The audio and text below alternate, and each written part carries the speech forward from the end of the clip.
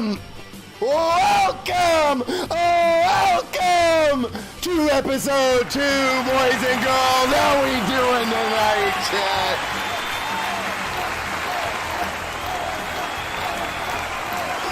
The electricity though, chat. How the hell is everybody doing, man? I am excited as hell. As you guys can tell, things have been tightened up just a little bit, but it's still a Scooty stream, so we had to start a couple of minutes late. I hope everybody's had a phenomenal week so far. We had racing twice since the last episode of this show, so things are hectic, and these are supposed to be like around an hour or so, but the first episode was like 2 hours long. So look, we're gonna do our best to tighten the ship up. I love you guys to death, chat. Welcome to episode 2. I'm excited as hell, and can I say, as always, I got my man Don here with me. Ladies and gentlemen. God damn it. I don't know if anyone's checked the point standings or anything, but I think somebody's a little up towards the top. If you know what I'm saying. It may not be a top 10, it's a top 12. Technically, that's top 10%, ladies and gentlemen. Donut MX, Open D-Class Champion. And maybe this is a story for another time. I'll just let that simmer. Oh, look, you went to the race, dude. You get to have an opinion. You literally have a bottle to pop to prove it. And yeah, dude, I was at the race. That means I automatically have a much better opinion than anyone else. Yeah. In this forum. No, I was not at this race. It was pretty close to me. In this forum. But dude, I try hard to make these a little more straightforward, but World of Echo, how the hell you doing tonight, dude? Look, dude, my guy Conley. I'm saying, dude, that's via Conley. Let's go, dude. He's part of the story. There's actual lore. There's actual lore. All come together. I like that. Shout out to World of Echo, big premiere Tuesday. Big shouts out. Please, chat, all of you that are in here right now, we're going to be here at least for another hour plus.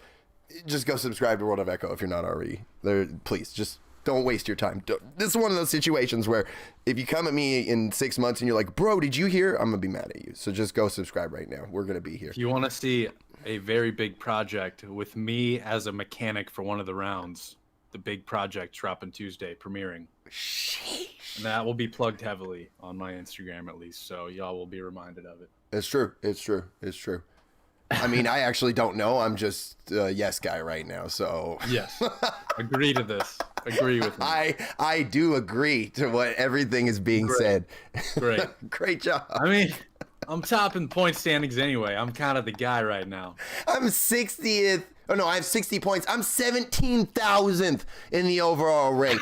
This is pain, dude. This is pain. Dude, I'm like winning the money league, IG Films. I'm like topping your league. And then you go to Jaywalk's league with like half of the RM Fantasy website on there. And it's like, congrats, you're number 78. I'm like, oh.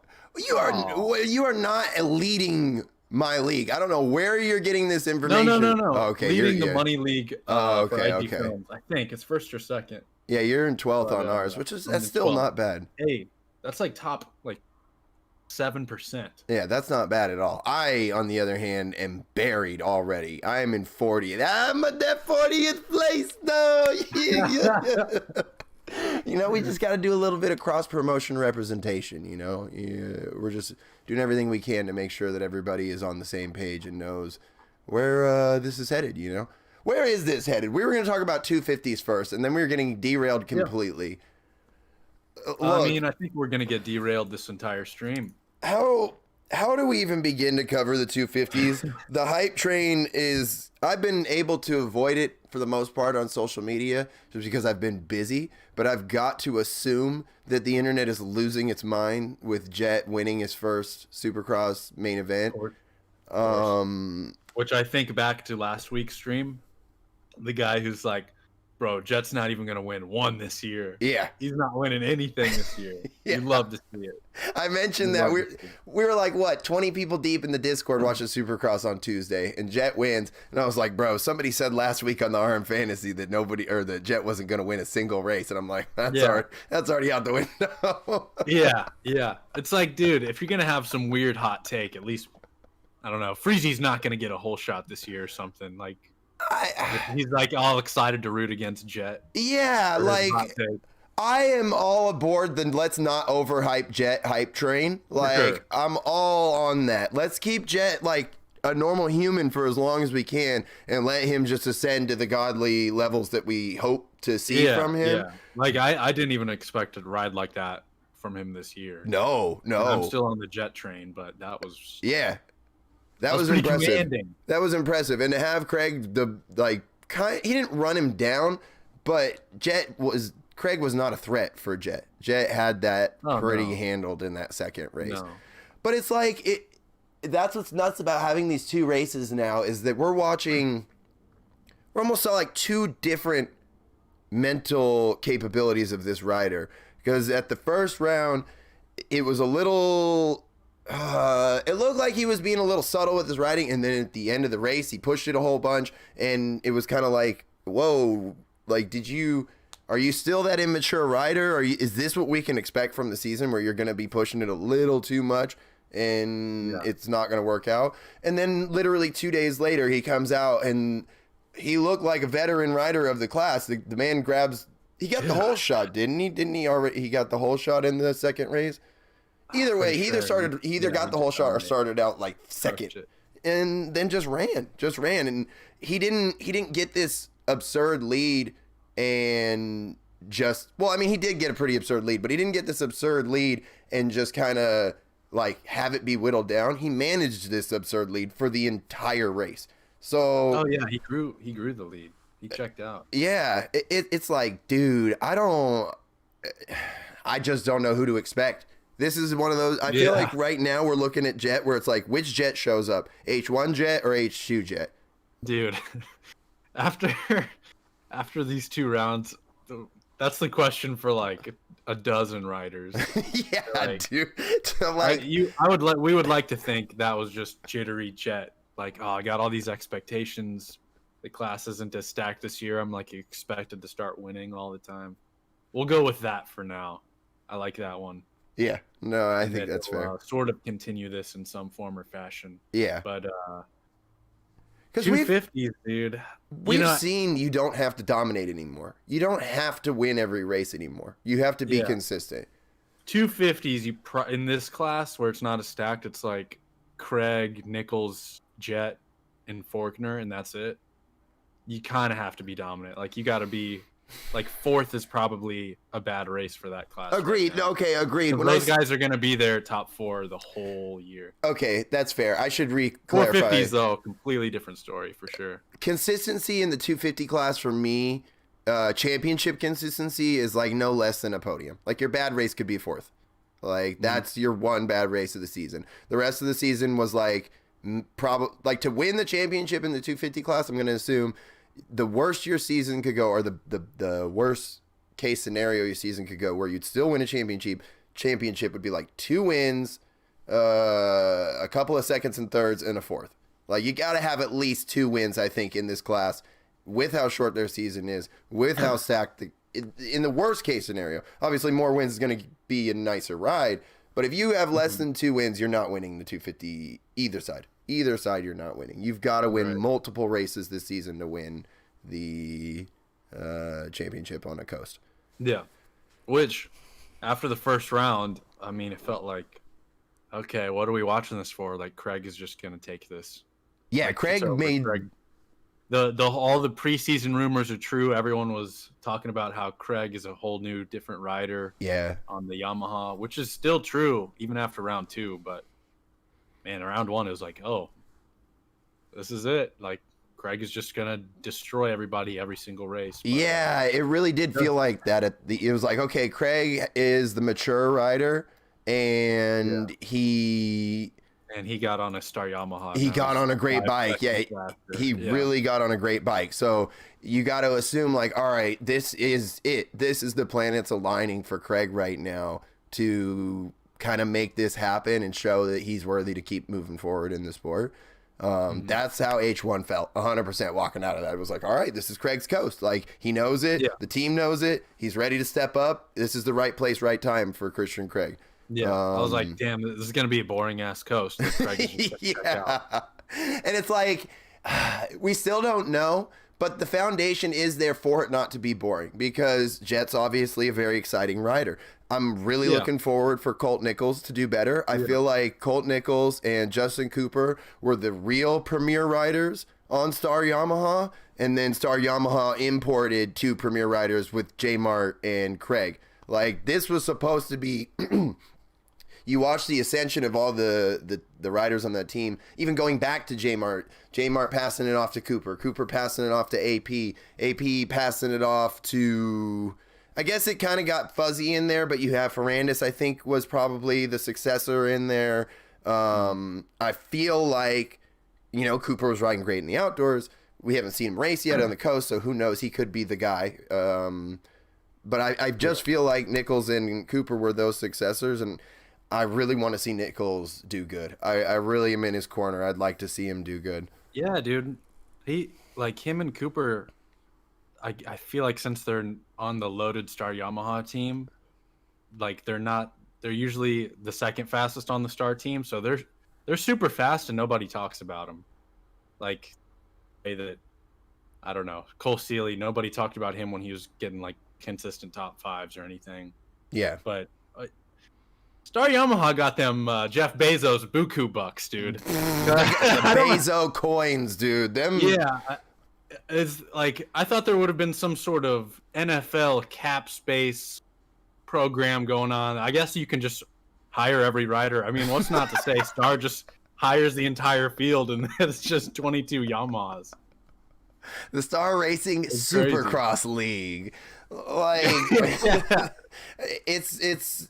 I don't know if we've ever seen a team that big in the sport. I obviously can't think back far enough past my own introduction to the sport, which was around the late 90s. So I have quite a bit of a memory of the sport, and I don't think there's ever been a team this big. It's almost foolish how deep the team goes.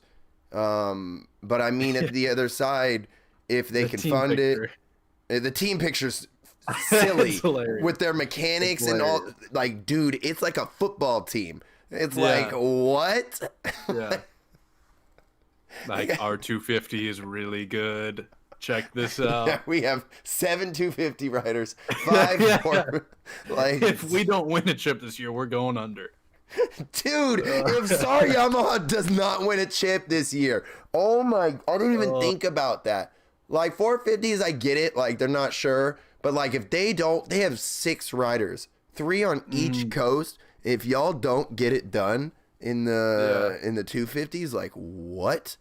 Yeah. Speaking of which, getting it done, last week I was saying I felt like Faulkner, he's kind of the veteran on this coast. Well, you could say Craig is, but he doesn't have like the expectation to win dominantly like Faulkner probably does at this point. Yeah. But yeah, dude, I thought going into this, it's like it's really Faulkner's chip to lose. Uh-huh. And it's looking like Faulkner is losing the chip. Like, dude, I don't know what he's going doing on with that dude. Like, I don't either. And I don't know. Maybe he's so deep into his head at this point. What is it? His 4th or 5th year on 250s? Maybe 4th? Yeah, this is year 4. Maybe he's just getting into his head so deep at this point, like thinking, like, if I'm in 2nd or worse, like I'm just losing this. Because of course, we got to touch on the Faulkner takeout. It wasn't a takeout. He was falling onto. You talking about not him at all? H2? Yeah. Okay, yeah. That start where he got flipped over the bars or whatever. No. Later into the race, who was it with? Nichols or RJ Hampshire? Oh yeah. Oh my god. Oh my goodness. Did you see what was said between the two parties? Oh no. Oh, buddy. Oh, Puff. Wait, between Oh, man. Hampshire and Faulkner? Yeah. Yeah, they were both What? interviewed about it afterwards. Oh, it's good stuff, dude. Okay. Hampshire, like any of us would have been, he was just like, yeah, man, I mean, you guys can see it on TV. It's pretty stupid. Pretty stupid of him. Yeah. And Faulkner said, like, dude, he put all the blame on Hampshire. He's like, yeah, I was making a pass, and it was his fault. He kind of, like, fell onto me or, like, came down on it. It's like, dude, what are you talking about? Oh, my goodness, dude. Dude, he's out of it or something, dude. He's mentally off in his head. The guy is out. Dude, he's living in a real fantasy world. That was 100% Faulkner's fault. And it was stupid because everything was like scripted. I was sitting in Discord with everybody and someone was like, they saw Faulkner charging and they're like, who's in front of Faulkner? And there's a pause and everyone's like, Hampshire. And they're like, Faulkner's going to take them out. Faulkner's going to catch up to Hampshire and take them both down. And I'm like, yeah. I mean, I gas Faulkner, but I'm like, you think so? And like a minute after they said it, boom, they go into each other. And what it was even nicer about that is before it happened, as Faulkner's catching him like a corner before it, Lee Duffy was like, oh, this is kind of like Ken Roxon last week where we're seeing a mature Faulkner just kind of finding his, and I'm just like. Yeah, Lee Duffy, buddy. Yeah, Lee clearly hasn't been following Faulkner the past 4 years. Yes, dude. He's got a couple things to figure out. It's just like, dude, what? Like, Faulkner is on his own shit, and I don't know. Like, he's gonna create all these problems for no reason. Yes. Between him and other riders, but on the same token, I appreciate Faulkner because I feel like he's gonna make this class a lot more entertaining. Fair enough. Fair enough. He creates entertainment, no doubt. Agreed. And we need that. I've said that time and time again. We need more silliness. We need more rivalries. We need more drama, unfortunately, because that's what attracts people. Yeah, it's fun. It's fun, dude. It's literally what fuels shows like this and fucking Gypsy Tales and fucking Pulp and shit. Like, yeah, we can bench race and we can talk about the shit, but obviously, like, what are the things that I heard all week after the Tuesday race? What do you think about what happened to Roxon? What do you think about what happened to Roxon in the cross flag? What do you think about the cross flag? I probably had 30 different people ask me how my opinion was about the cross flag. Like, that's what this sport needs. We need shit to talk about. If it's good racing and it's battling and whatnot, that's cool. But it doesn't hurt to have a little bit of spice in there. It doesn't. So sure. Faulkner. You don't want to talk about how the specs are grafted at 42 degrees on the berm on the eastern side of the dome. And my God. Section 3, Faulkner was running 0.7 seconds faster consistently. You think he was using half paddle, half knobby for the yeah. Look, so my man Johnny Hopper told me that these factory guys are running 3-gear transmissions. So I'm wondering which one of the 3 gears that Faulkner was in, if he was using a quarter turn throttle or a full turn. Look, I'm done with the look. Oh, look. God bless Faulkner. He's making this. Why does he create all these enemies, dude? For no reason. He's making it so hard on himself. He is not doing himself any favors at all. No. Yeah, he's not. Yeah. Dude, maybe I was like, oh, he'll grow up soon. He'll grow out of this. And it's like, man, is he ever going to grow out of this?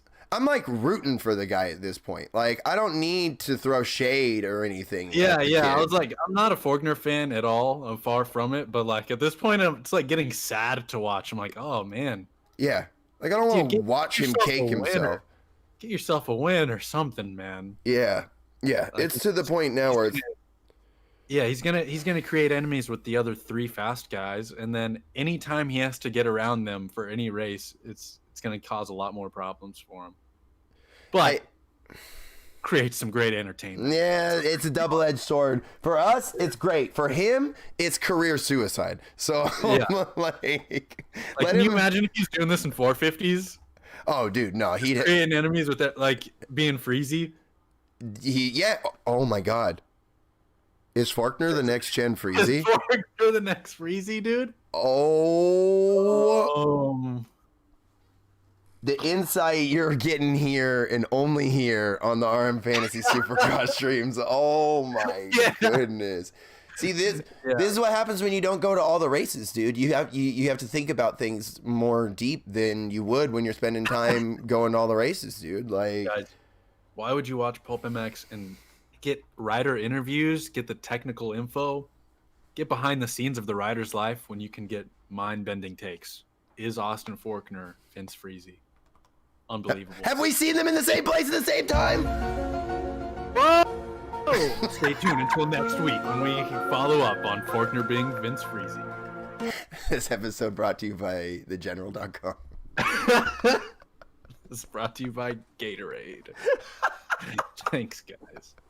Dude, y'all remember those 90s Gatorade commercials where Michael Jordan was just glowing after balling hard? He had the Gatorade.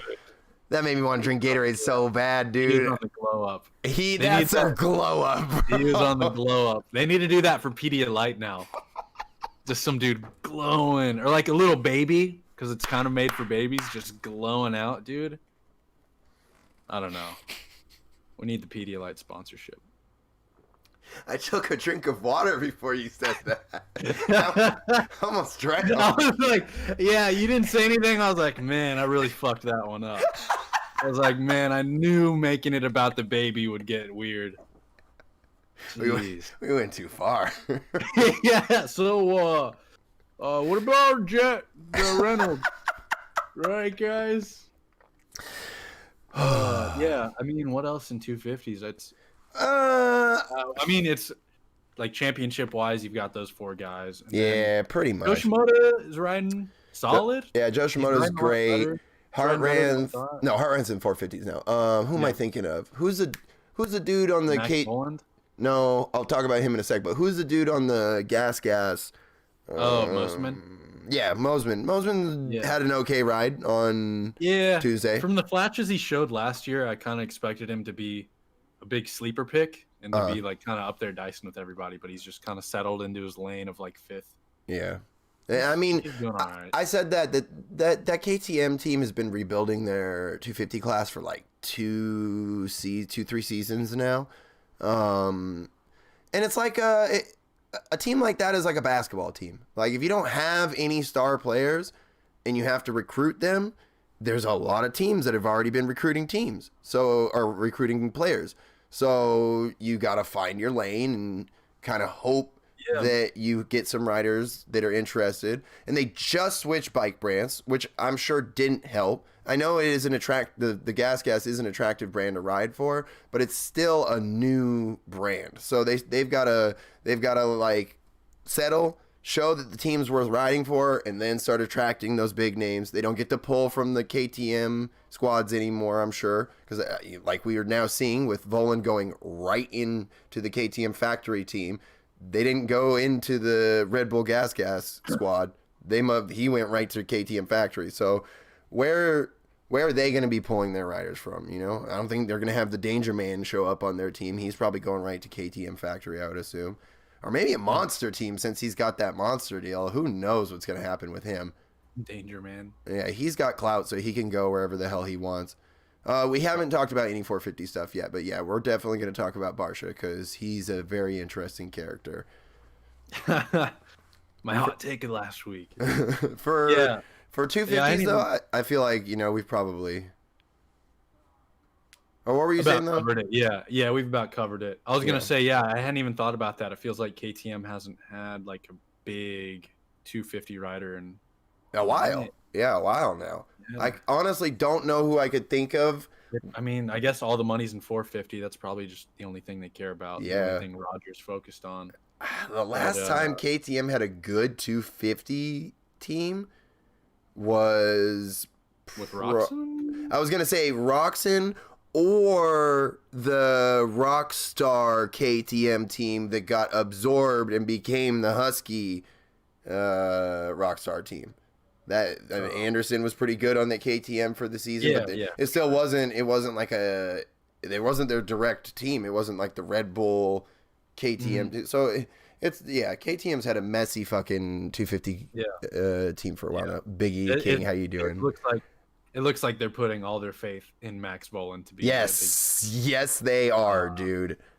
Which I was really excited to see him race, and then after seeing him race, I was like, wow, this makes a lot of sense. This is probably what I should have expected. He's just kind of like chilling, just scoring points, not crashing. Yeah. Just learning.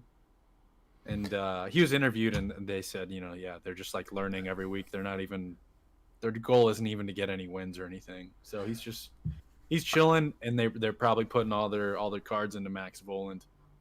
I'm wondering good in the future since he's so young. How do you feel about, a lot of people have said on social media that KTM is silly for sending him to the first coast, the East Coast, the West, whatever it is. The first coast is what I'm going to call it. Instead of having him wait until the second coast has their start later in the year. And like, I get it, more time to train, more time to get used to the team and the bike and Supercross and everything. But they didn't, they're not just rolling the dice. They watched this guy ride, and they probably have a decent grasp on what his potential is. And I wouldn't be shocked if they gave him the offer, I'm sure that they didn't just go, hey, 17-year-old rookie Max Vohland, you're riding the first round. They're probably like, do you want to ride the first round, or do you want to go to the other coast? And if he was ready to step up to the first round with everyone else, then I'm just a guy sitting on the couch watching him on TV. I can't say one way or the other, but he definitely looks good. Yeah, I hadn't thought of that. I mean, to me, he kind of came out of nowhere, like, oh, Max Vohland is our 250 Supercross rider. Yeah, I mean, he got the deal like a month before the start. Yeah, he didn't even finish out his AMS career. So thinking about it, it makes a lot of sense that he would race West Coast. But yeah, the second coast. Sure, I mean, it's factory KTM. They probably have a good reason for it. Yeah. I can't think of a good speculative reason. Maybe they have a different KTM rider they think couldn't beat Faulkner or something to battle for a chip. I don't know. And there's layers to the stuff when they put him right on the factory teams. Probably had a pretty good reason, and maybe he's been getting ready for it a lot longer than we've known. Yeah, that's possible. That's totally possible. We don't know when these deals have been set up. That's kind of what I was getting at, where it's like, there's a reason when they put these guys like Jet staying on factory Honda instead of just saying, like everyone else, kick rocks and go find another ride, Like, these teams that decide to scoop these dudes up and keep them on the factory rides as opposed to putting them on the auxiliary satellite-esque 250 programs or whatever, there's reasonings for that. Whether it's advertising, money, faith, whatever the hell it is definitely something. There's layers to the decisions when the factory teams do that for the 250 guys. My point is, their factory teams have been doing this for decades. Their decision was probably the right decision. Yeah, probably agreed. A lot better than our speculation. Agreed. Yeah, totally agreed. Yeah, okay, so I feel like 250s is pretty thoroughly covered. I mean, we could always interject shit, but that's really where it's at right now. We've got like the 4-ish dudes that look like they're hungry for wins. We've got like 3 other dudes that could be podium contenders and maybe grab a win in the right circumstances. And then there's 3 dudes that could be in that mix as well in the right circumstances. Yeah, it's pretty much probably the same top 10 every time. But it's mixed around. Probably the least stacked 250s we've seen in a while, but I was pleasantly surprised. I thought it would be just 1 or 2 dudes. The same like 1, 2, 3 guys every single weekend getting the same spots. But like at this point, it's actually hard to say who's going to win the chip, which is great. I thought it would be kind of set in stone already. Yeah. Like if Craig had gone out, Craig showed his typical flashes, which he's done in the past. So we don't know if he's like this rock solid Craig. He's clearly improved, I think, but like he's shown maybe he's not just going to be flat out dominant every weekend. Yeah, Is yeah. Chet gonna keep this up, or is he gonna fall flat a couple weeks like he usually does? Like The racing on Faulkner gonna pick Tuesday his shit helped up. that. Like So- not having so much downtime really, like, because obviously we left with all this speculation, and then they come back and they give us almost contradictory Dude, like results. since we're kind of finishing up 250s, getting into 450s, what the hell, dude? What the hell? Like that, dude. After Saturday, I was like, oh man, I'm such a smart guy, dude. I said these things, and like I'm right about like most of them. Like, damn, I'm so smart. I knew exactly how Supercross would unfold, dude. I'm a genius. My brain is so And then big. Tuesday, like everything flipped. Like almost 100% everything flipped. What's one takeaway? That Roxon will be there in the top 5. That's like my vote only is still on takeaway evil. Just saying. from both weekends. After everything flipped, it's like I don't know what to go with. I don't know what to believe. Is Tomac just gonna go back to being good? I don't know. Cause again, where do you start, dude? 450s, crazy, I do not know. crazy, dude. I do not know. Touch on start. Look, before we get into any of that, before we get into the literal 2 contradictory rounds, let me plug the ARM fantasy shit real quick so everybody knows. I think at this point, most people understand what's going on, but if for some reason you don't, type hashtag RMF into the chat, follow the link to the Rocky Mountain FantasySX.com page, search for the Hog Pen if it doesn't come up right away. Make sure you join one of the greatest goddamn RM fantasy supercross groups in all time and space. We got a whole mess of hot dudes. We got over 100 dudes already.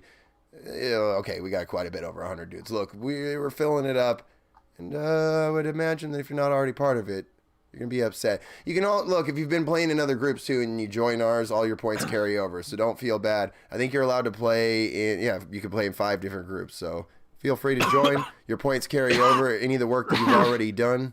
Scroll down to 12th. Scroll down a little bit. Oh man, that's crazy, huh? You know, must be a pretty smart guy. It's a big list of people. Big list of people, top 15 must be pretty smart guys, honestly. That means everything I say goes. That means all, like, as Dude, Marcus, I bet I got more points than Steve Mathis. Ooh, And he was there! He was there. We got him. Look, Steve Mathis is gonna find out about this one of these days and get really pissed off at us.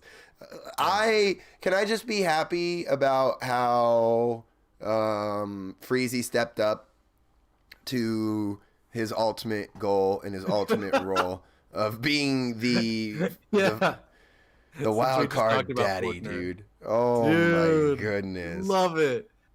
Everybody, I hope everybody here that played last year just knew to put Freezy there. I mean, it was clear cut. If it's 13th or worse wild card, we putting Freezy in every time. Oh, every time. The Every wild card time. god.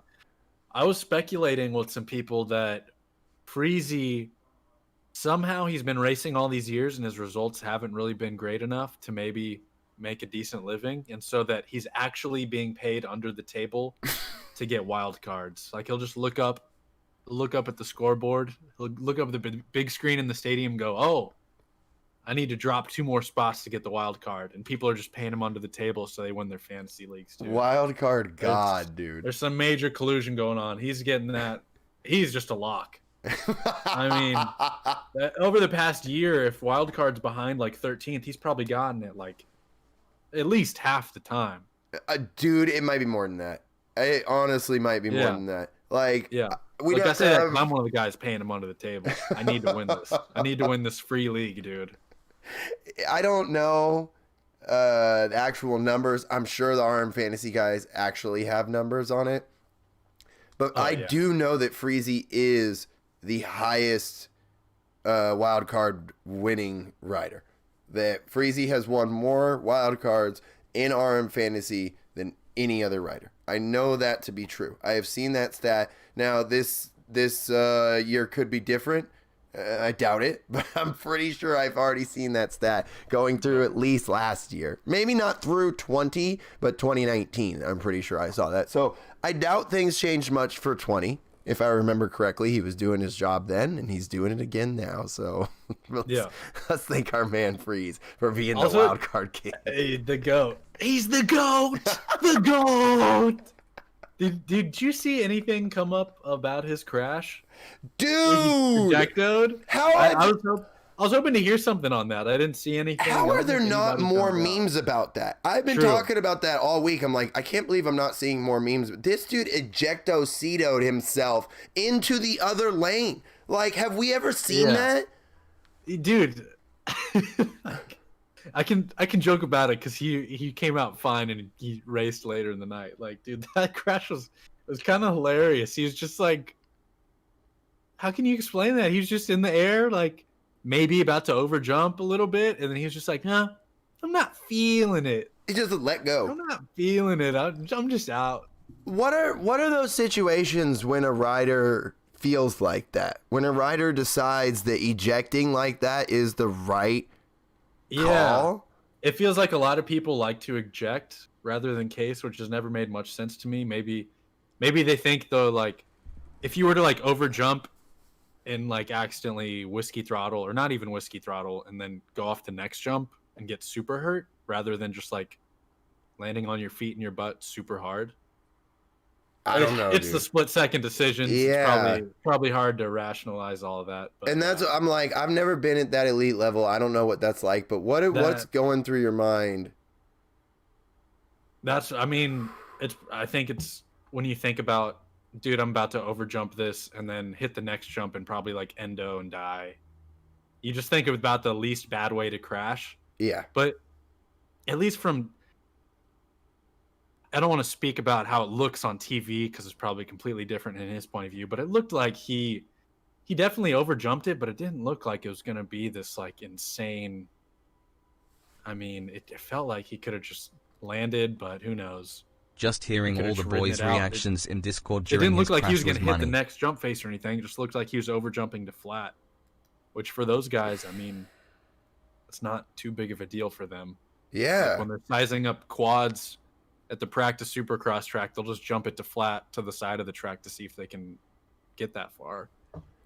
Dude, that's what I'm like. I feel like with the suspension that these guys have and the way that these guys ride and shit, like, isn't casing probably the better? I don't even know, dude. I feel like it's like that would be the better idea of the two. That's why I was hoping something would come of that and someone would interview him or something to see what really happened. Like Adam says, his arms got ripped off the bars. I don't know. From the video, that doesn't make sense to me because he came off the bike at the last second. Yeah, like it really seemed like he like like high impact G-force. It would happen right at the face of the jump. Yeah, and he doesn't G-force, but like he's not. He falls off the bike with his arms falling, forward. He was like close to the landing, and then was just like not feeling it. I guess he wasn't feeling the energy. I'm sure there's a lot of speculation to be made, but that I had to point that out. That was highly interesting. Freezy, dude, Freezy's Faulkner. He's just feeding the entertainment. I'm telling you, man. Dude, I didn't even think about that, dude. The guy is highly entertaining. He gets turned into a punching bag. I mean, he's just taking out pro riders and everyone's yelling at him. Freezy is the most talked about rider that has never won a main event. Nobody maybe he's the man for just making all this entertainment for us. It's one of the like no publicity is bad publicity kinds of situations. Like my man is on his shit so hard that he just can't be stopped. He's like Sam Hyde, dude. Like, how could he keep getting away with this? And we just sit here and let him get away with it, dude. Yeah. Oh man, dude, Freezy cracks me up. I think every pro rider's been open about just hating Vince Freezy, which is really funny. And that's what's gonna happen to Faulkner. Yeah. You put this target on your back for no reason, and like Vince Freezy needs that. He's struggling to just get like top 10s and make a name for himself. I think that we are only not seeing the correlation between Faulkner and Freezy because Faulkner's on a factory-ish ride. Obviously, the Monster Pro Circuit bikes are fucking... It's a great team to ride for. Moto Concepts, not on the same level as PC.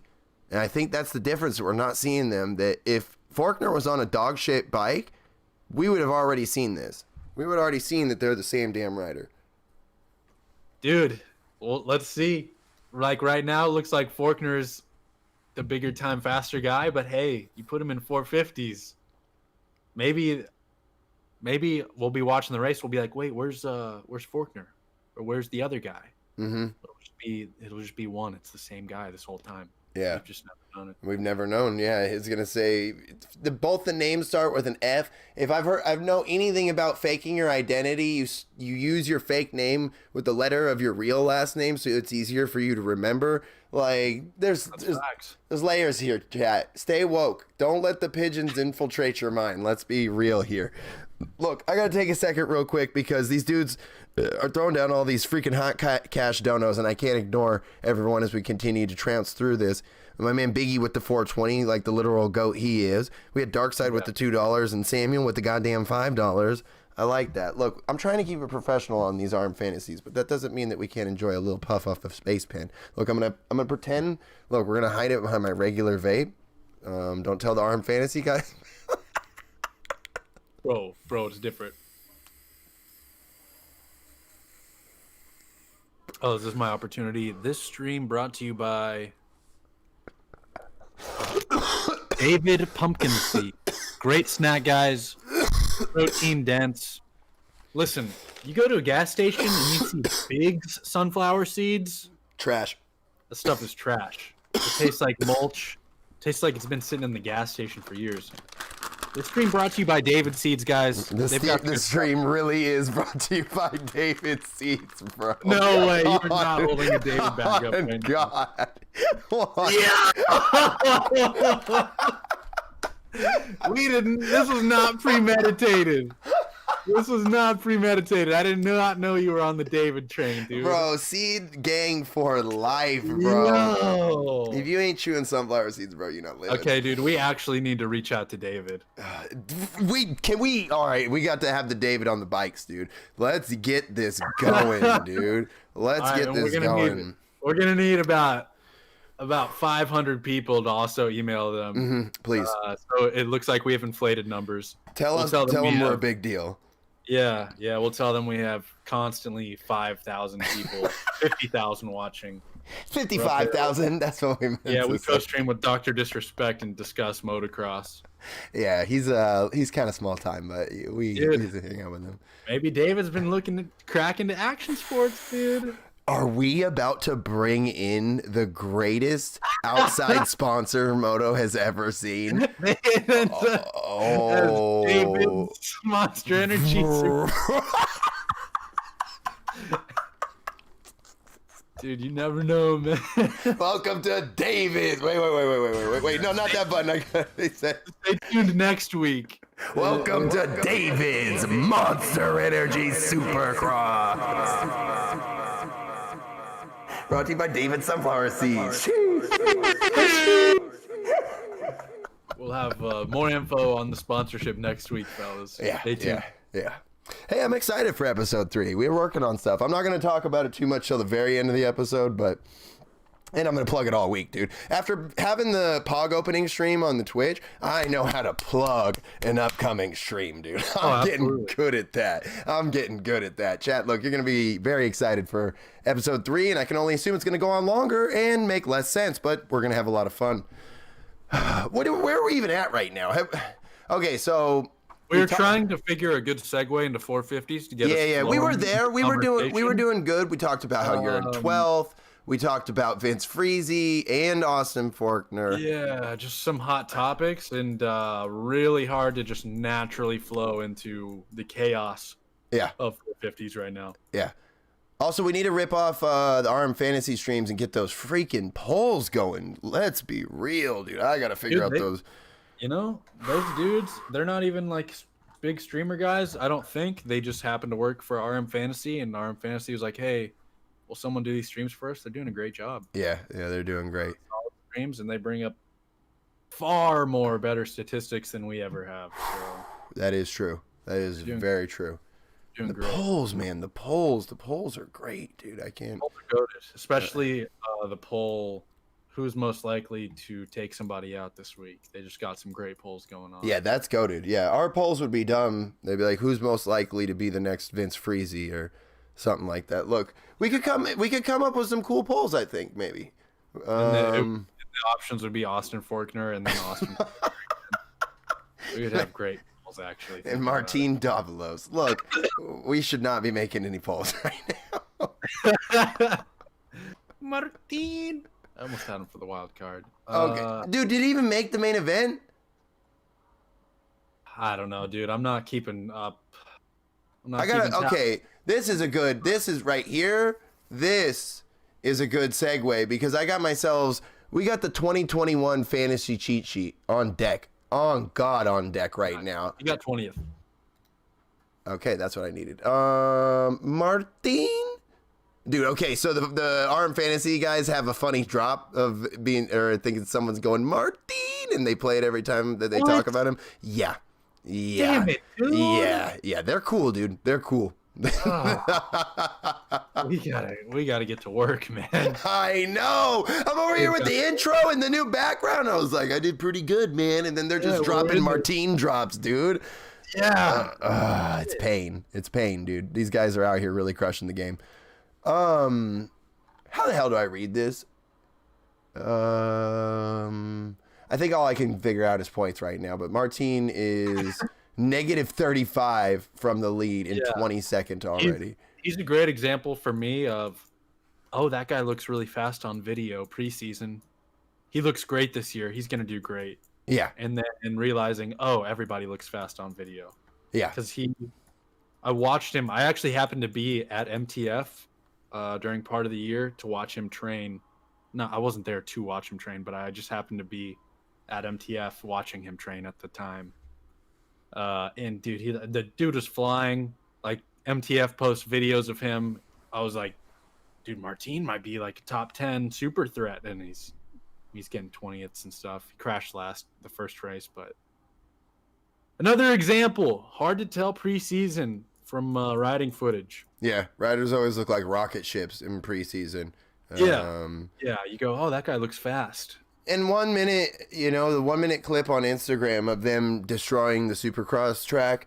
Instagram hero. Yeah, it's impossible to really know. Like, they look good. Yeah, and you can, like just like any one of us, especially me, I would hope at them too.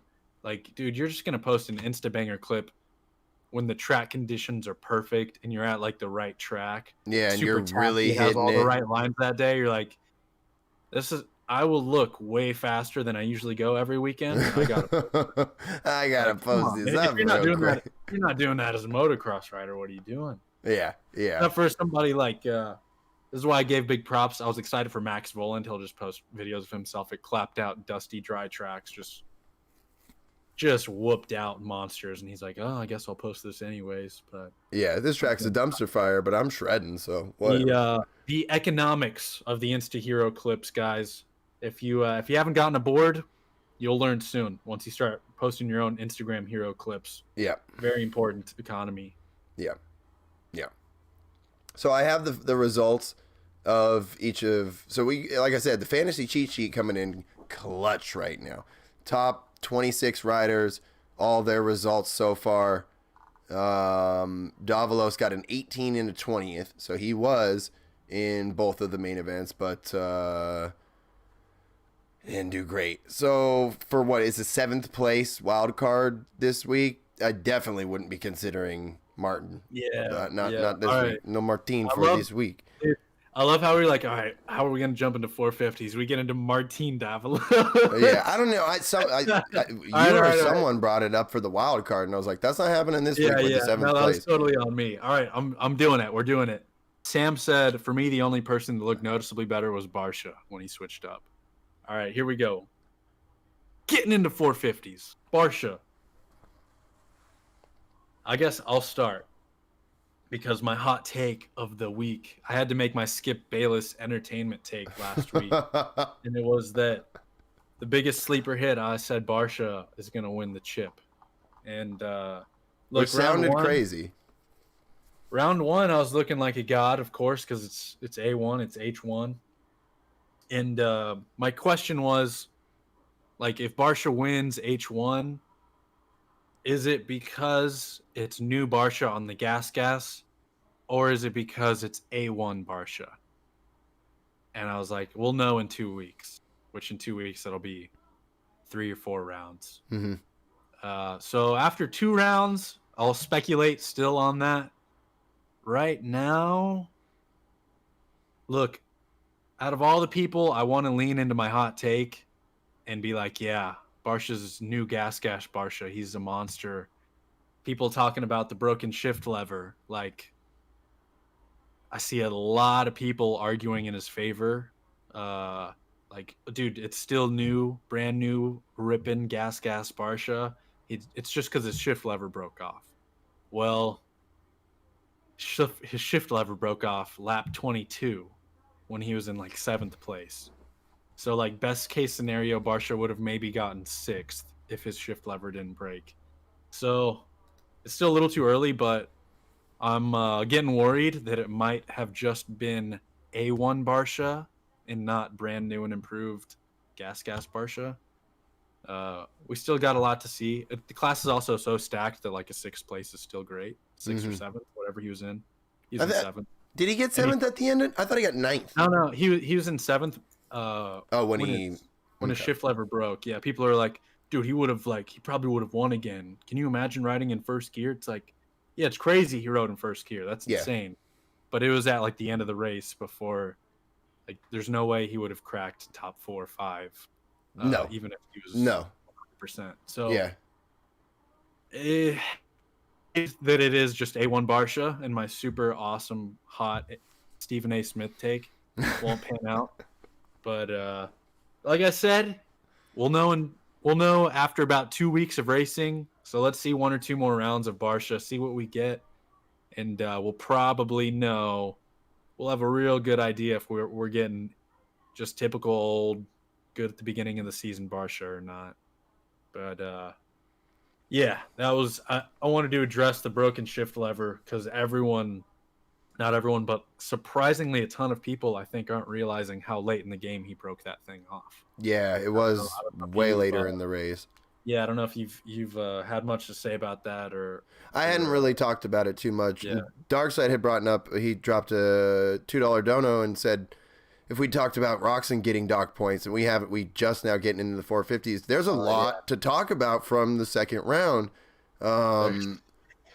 It feels like we really had a ton of time between the 2 rounds because of how much happened in the second round. But it is 4 days from Saturday, Sunday, Monday, Tuesday. 4 days, 2 races in the 4-day span. A lot happened. Like from that first round where, like you were saying, Barsha came out swinging. It was a big deal. A lot of people have all their eyes on Barsha because is it the new bike? Is it the same old Barsha at the beginning of the season? Where is the Venn diagram of these two things crossing over? Where is Barsha at? Where's the team at? There's so many unanswered questions. And normally we have to wait a week, but as we are going through this wild-ass pandemic and the world is just trying to do whatever it can to remain some sort of normal, we now race on Tuesdays every couple of weeks throughout this season. So we get right back into the action. So everyone goes, okay, how are these guys going to ride? Barsha looked pretty good in his heat race. Everyone looks good for the most parts in their heat races. So you go and you say to yourself, just like you had for the first round, all right, starts are going to be very important. And as we kind of touched on earlier in the program, the start was almost flipped reverse of the start from the race 3 days before, 4 days before, whatever you want to call it. 2 completely different races that we watched on Saturday and Tuesday. And the Tuesday race kind of was a scary checkpoint because we've now had a rider get hurt and is going to be missing at least 1 round. And that's the start of everything starting to crumble, because we have this great season, the most competitive season ever. We have all this hype and all these great riders in the series, but if they start getting hurt, then it whittles down to the 5 guys that we've known to do good in the past, and this stacked season starts to kind of trickle and fade away into another season. I think we got so many guys, like if a couple got hurt, it still almost might be the most stacked class, even with a couple guys out. I agree, but I mean, those it's out for like a week. I'm not saying, but it's to me, it's the same argument that Ken could be making, where Ken's like, I got screwed on 4 points because of this, that, and the other, and all the other riders. That's the same thing anytime one rider goes down. Sexton is a point scoring rider. So that means that somewhere in these championship points, Sexton's factor just got removed. And just like if Ken loses this championship by 4 points, if somebody wins this championship by 2 or 3 points, Sexton could have been a person that affected that. Any time one of those kinds of riders goes out, it is someone who can affect the overall championship even without winning it. So I'm not always pumped for that kind of stuff. You know, if you're missing 3 or 4 of those big hitters, and let's use Eli at Salt Lake for instance, where Eli had Eli did pretty good at Salt Lake, but it was like they came in so close in the points. Let's say that same situation where you have riders that close in the points, but the field is thinned out by 3 to 5 of those hitters, that a bad start means you're starting behind them. That's what I mean by we're talking about championship affecting points. And obviously you can't do anything about an injury. I can't say, hey Siri, download Chase Sexton a new collarbone. Like, it is what it is. But like, it is a bummer. It is a bummer to watch any of these guys, and that's why I kind of felt like you kind of see like the writing on the wall, where you're like, our season, our great stacked season. If this happens to more people, it's not going to be that great stacked season that we wanted. Yeah. You want to leverage that into a lot of talk this week about track, the sand section. Everyone's saying the sand section's super stupid. Why did they put? I actually didn't. Oh, go for that. Okay, so let me make my quick thing, but please make sure to come back to that, because I didn't. At H1, I kind of sat there in the Discord with people, and I was like, this track's kind of like meh. It seems kind of bland. And everyone was like, well, dog, it's the first round. They just want to get these dudes in and out, like, healthy and on to the next round. I was like, oh, yeah, A1 did swallow up a bunch of people last year. I do remember that. I think about, like, I want to say, like, 2017, 2018 A1, and it was, like, the most tame track I've ever seen. Even, like, it was unbelievably boring, and I was like, what? Are they coming up with new track designs this year? And then second race and then on, it was just as gnarly as usual, but, like, maybe someone can remember for me. It was like 2018-ish A1 or something. It was just unbelievably tame. I actually didn't feel that way about H1. I think some riders even commented it was like pretty technical and rough and gnarly. Really? But I wanted to say... Okay. The roughness of the track because of how tacky that dirt is and how deep... It was a vague statement. Okay, I wasn't sure if it was from the roughness or the actual build of the track. Okay. Like, spectating wise, dude, I love the 2 tracks so far. Yes, like, I did not dislike the first track, but I even really liked the first one. I thought they were just really, I mean, the first one everyone says was one-lined, but even that was just a little how I felt. Even just watching people do a lap on that track was so entertaining to me. Yes. Just like smart, cool, entertaining sections, especially track 2. Like, in recent memory, that's one of the coolest tracks I feel like they've ever built. They've got like the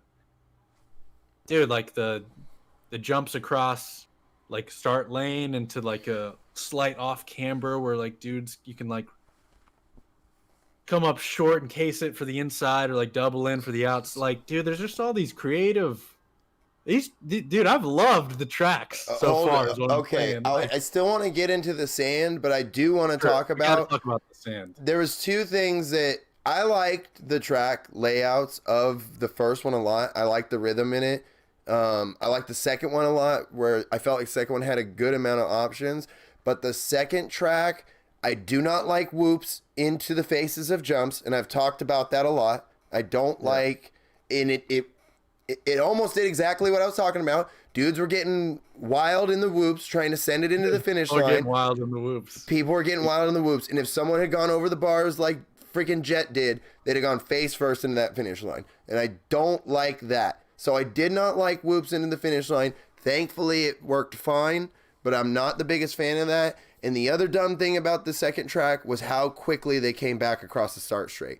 They had a very narrow start straight, and they came back across it almost instantaneously. And there was bodies in it every damn race that they had to get around. Yeah, that one time they red flagged, and it was like nobody was seriously hurt. It just felt, I think, I forgot who it was. Maybe they were down, and like it looked like they were hurt, but they got up after a while. So I was like, did they red flag that because they loop right back around and go that direction? I felt like that. Yeah, I felt like that. But, okay, this is great because I have a differing opinion, which is awesome because I feel like most people have your opinion for the safety of the riders. Maybe I'm pretty cynical when it comes to track designs and entertainment, because I'm like, oh, dude, they're the best in the world. They should just figure it out, dude.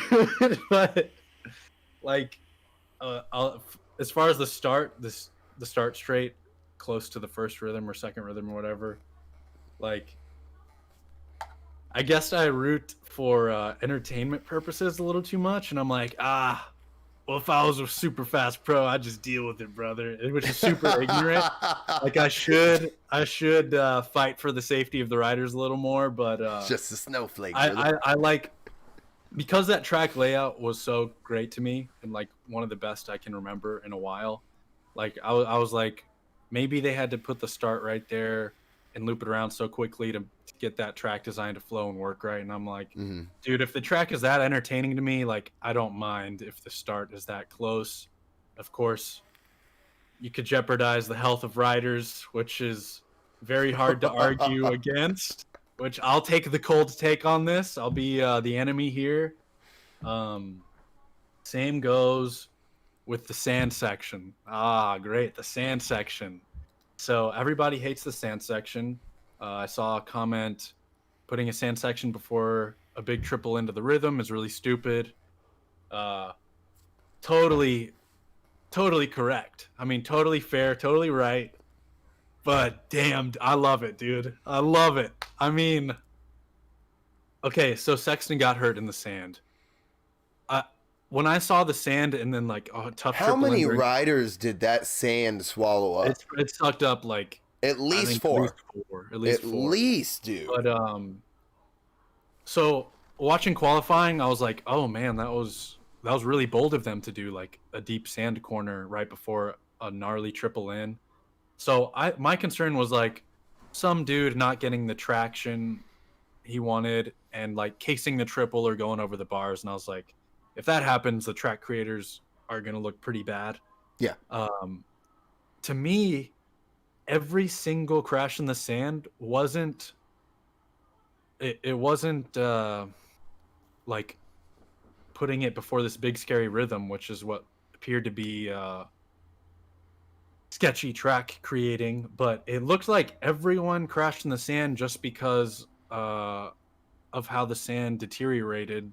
Like, obviously when a dude is making a track, they're not going to know exactly how the sand is going to rut up or deteriorate or exactly where the bumps will be, or if a dude's just going to straight up crash into it. Like, I think the one argument you could make that I could totally agree with is that putting the sand section, a 90-degree sand turn at the end of a high-speed straight where you're carrying a ton of speed into the sand, like that could probably get dangerous.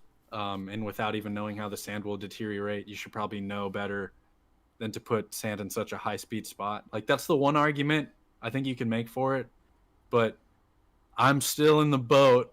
I think you will, just like you did for the start straight, I'm guessing you would advocate for the health of the riders and that the sand section was sketchy, but I thought it was a really cool idea, mainly because I thought there's going to be a big separation, a big chance to gain in pass, especially pass, since the first track was so void of passing opportunities. Yeah.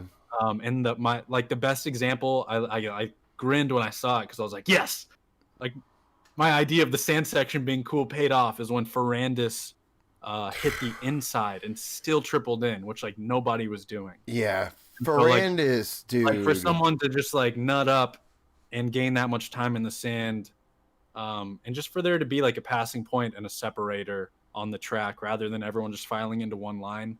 Like that's what I got out of the sand section. That's why I thought it was so cool. It clearly only Ferrandis going inside and tripling in isn't great if like one guy does it here and there instead of like it playing a factor every race. Yeah. It definitely played a bigger factor in just everybody crashing there. But yeah, Sexton crashing, I think it had nothing to do with them putting a rhythm there. It looked like he completely crashed because the sand deteriorated and maybe he hit a hole in it. There was like a dip before the rhythm. Yeah. So it looked like he was turning in the sand, and it was either some sort of rebound or something. Yeah, Kellen said he thinks it was because AC crashed there and created a hole or something before Sexton. MX Bikes physics, dude. MX Bikes physics is taking over the world, dude. Yeah, like in hindsight, now, people hate the sand because all these people crashed and got hurt, but it's like, dude, sand sections are really entertaining to me, at least. But like, how are you supposed to know everyone's going to crash there when you're creating it? Yeah. Other than the argument that it's a high speed turn. And there's a lot of arguments on both sides. I think the majority of people are against the sand.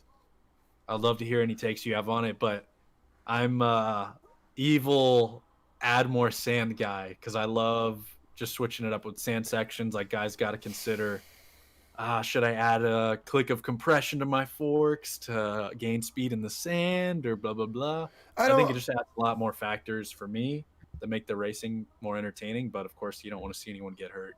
I don't think that sand is the issue here. If there are people online saying that they're saying bad, no more sand in racing, that's goofy, because I'm 100% with you with the sand. Sand sections are dope. We don't need one every race, but sand sections are dope. And a good sand roller section, a good sand corner, a good sand split line, that adds for great racing. I'm all for that. And I think you really nailed the only mistake that was made, and it's where they put the sand section. They put it in a section that normally would have been a corner that was getting the crap railed out of it. So these dudes tried to push that corner as hard as they could. Even though it was sand, they still, like, these dudes are pros, and they want to go as fast as they can, and they are all very confident in their skills. They're not going into that corner being like, oh, I hope I can do this. They're like, all right, I'm going to do this thing. And then the bike blows out from under them, and they're like, I'm flying through the air now. You fly in there. High speed, third tapped, and you're like, well, hope there's a berm to bank off of. Hope it didn't change much from last lap. Yeah, exactly. It looks like that's kind of what happened. Is like, dude, you're just like at 180, you're braking no matter what. You're braking hard, and you'll flow through it. Yeah, like the 90 third tapped coming into it. It's like, it's the same, dude. I just think I got nothing to bank off of. I'm forking this front end. Like I said, I'm all for the sand. I just think that maybe that was, I'm not even going to say a poorly placed obstacle. I'm going to say what's the right wording I want to use? It's like a obstacle that, like, let's say they had put a big dirt roller right in front of it, or a sand roller even in front of it. we wouldn't if they had just had like a roller in front of it, like you go blast into the roller and then go into the sand, dump the clutch, and it would have slowed down the pace in the corner. Yeah. And then even if we had the same tip overs and crashes, it wouldn't have been at the same speed. So we most likely wouldn't have had any injuries, or it would have just been tip overs and whatnot. So I don't. Like I said, I don't think that they really like did a mistake or were dumb for it or anything. I think it was they tried something, and like I keep trying to say, these dudes have what, a day and a half to build the track. Like they ended the race Saturday night and then because like let's be real, even though it's the same dirt and they are utilizing some of the same assets, I didn't feel like they were riding the same track. I didn't feel like it even felt more different than it felt more different than the Salt Lake track. They were basically identical. It felt like, and then this year they're like, "Oh, we have 1.5 days. All right, let's make one of the best tracks we've ever made." Yeah, it felt like they really got a very different track done in 2 days. So, yeah. Oh, the whoops into the jump also. Yeah, you don't like that. I don't like that because I think it's dangerous. It's yeah, exactly. Unpopular opinion, like totally much more unsafe. Thought it provided great entertainment. They like the whoops. It also felt like they were just the right size. Like people swapped in them. I can say that because no one got seriously injured in them. Like very well. If there was one more moto, someone could have gotten really hurt. But people were swapping in them, so they were like. Just the 250 classes, dude. They're like just the right amount of difficulty. It's like not just easy for everybody. It's not so big that like everybody's wadding in them. Yeah. I thought it was an entertaining feature, but totally you put whoops before a jump, and that is calling for some death. Oh my goodness. Before this guy takes over, can we talk about how much dirt they have for the tracks this year and how like high up the tracks are, how deep the tracks are? So I think they're doing their best to avoid getting down to the damn concrete and wood. Houston dirt. Baby. I like it. I like it. Stuff. Hey, people are saying that's like the tackiest stuff they've ever ridden. You can just carve anywhere. So let's go Texas dirt. I'm into it. That's all. Yo, Smokey, thank you for the $5 dono, my dude. I seriously appreciate you guys so much. Obviously, we have the donos muted during these streams just to try to have a little bit of focus. You guys see that we're not even good at getting these done within an hour, let alone how much yelling I would do at every one of you. So I appreciate it. All right, Marcus, where are you at work now? Oh, you're in your truck again? Where are you always in your truck? I just watched you drive to work for a half an hour. Yeah, well, I'm driving home from work for another half of an hour. Why? I was on my break. Huh? Yeah. You were on your break going to work? Yeah, dude. I go home. So I go into work at like 2, and then I work until 6:30, and then I go home for a couple hours on my break, and then I go back to work at like 8:30. Okay, man. Now it's 10:15. All right, Marcus. Oh, he's got his camera on. Dude. What's the hot take? The hot take? There's the Forkner collision, dude. There's Kenny getting docked points. People don't like sand. Yeah, okay. Well, Forkner acting like a clown, but I'm not going to get into that. Yeah, we got into that. You know, RJ Hampshire just fell down on Forkner. Yeah, dude, he fell right on him. He just fell right on him. You know, like Forkner didn't just ride into the side of him or anything. But how do you feel about Jetson? Dude, he's got it. He's got it, but we need to let him. We hope. Yeah, we hope. Yeah, let him have it. Yeah. He's like Thailand. Let's not scare him away, dude. Let's let him. I think overhyping him. Like, I don't think he's gonna blow anyone's doors off every weekend.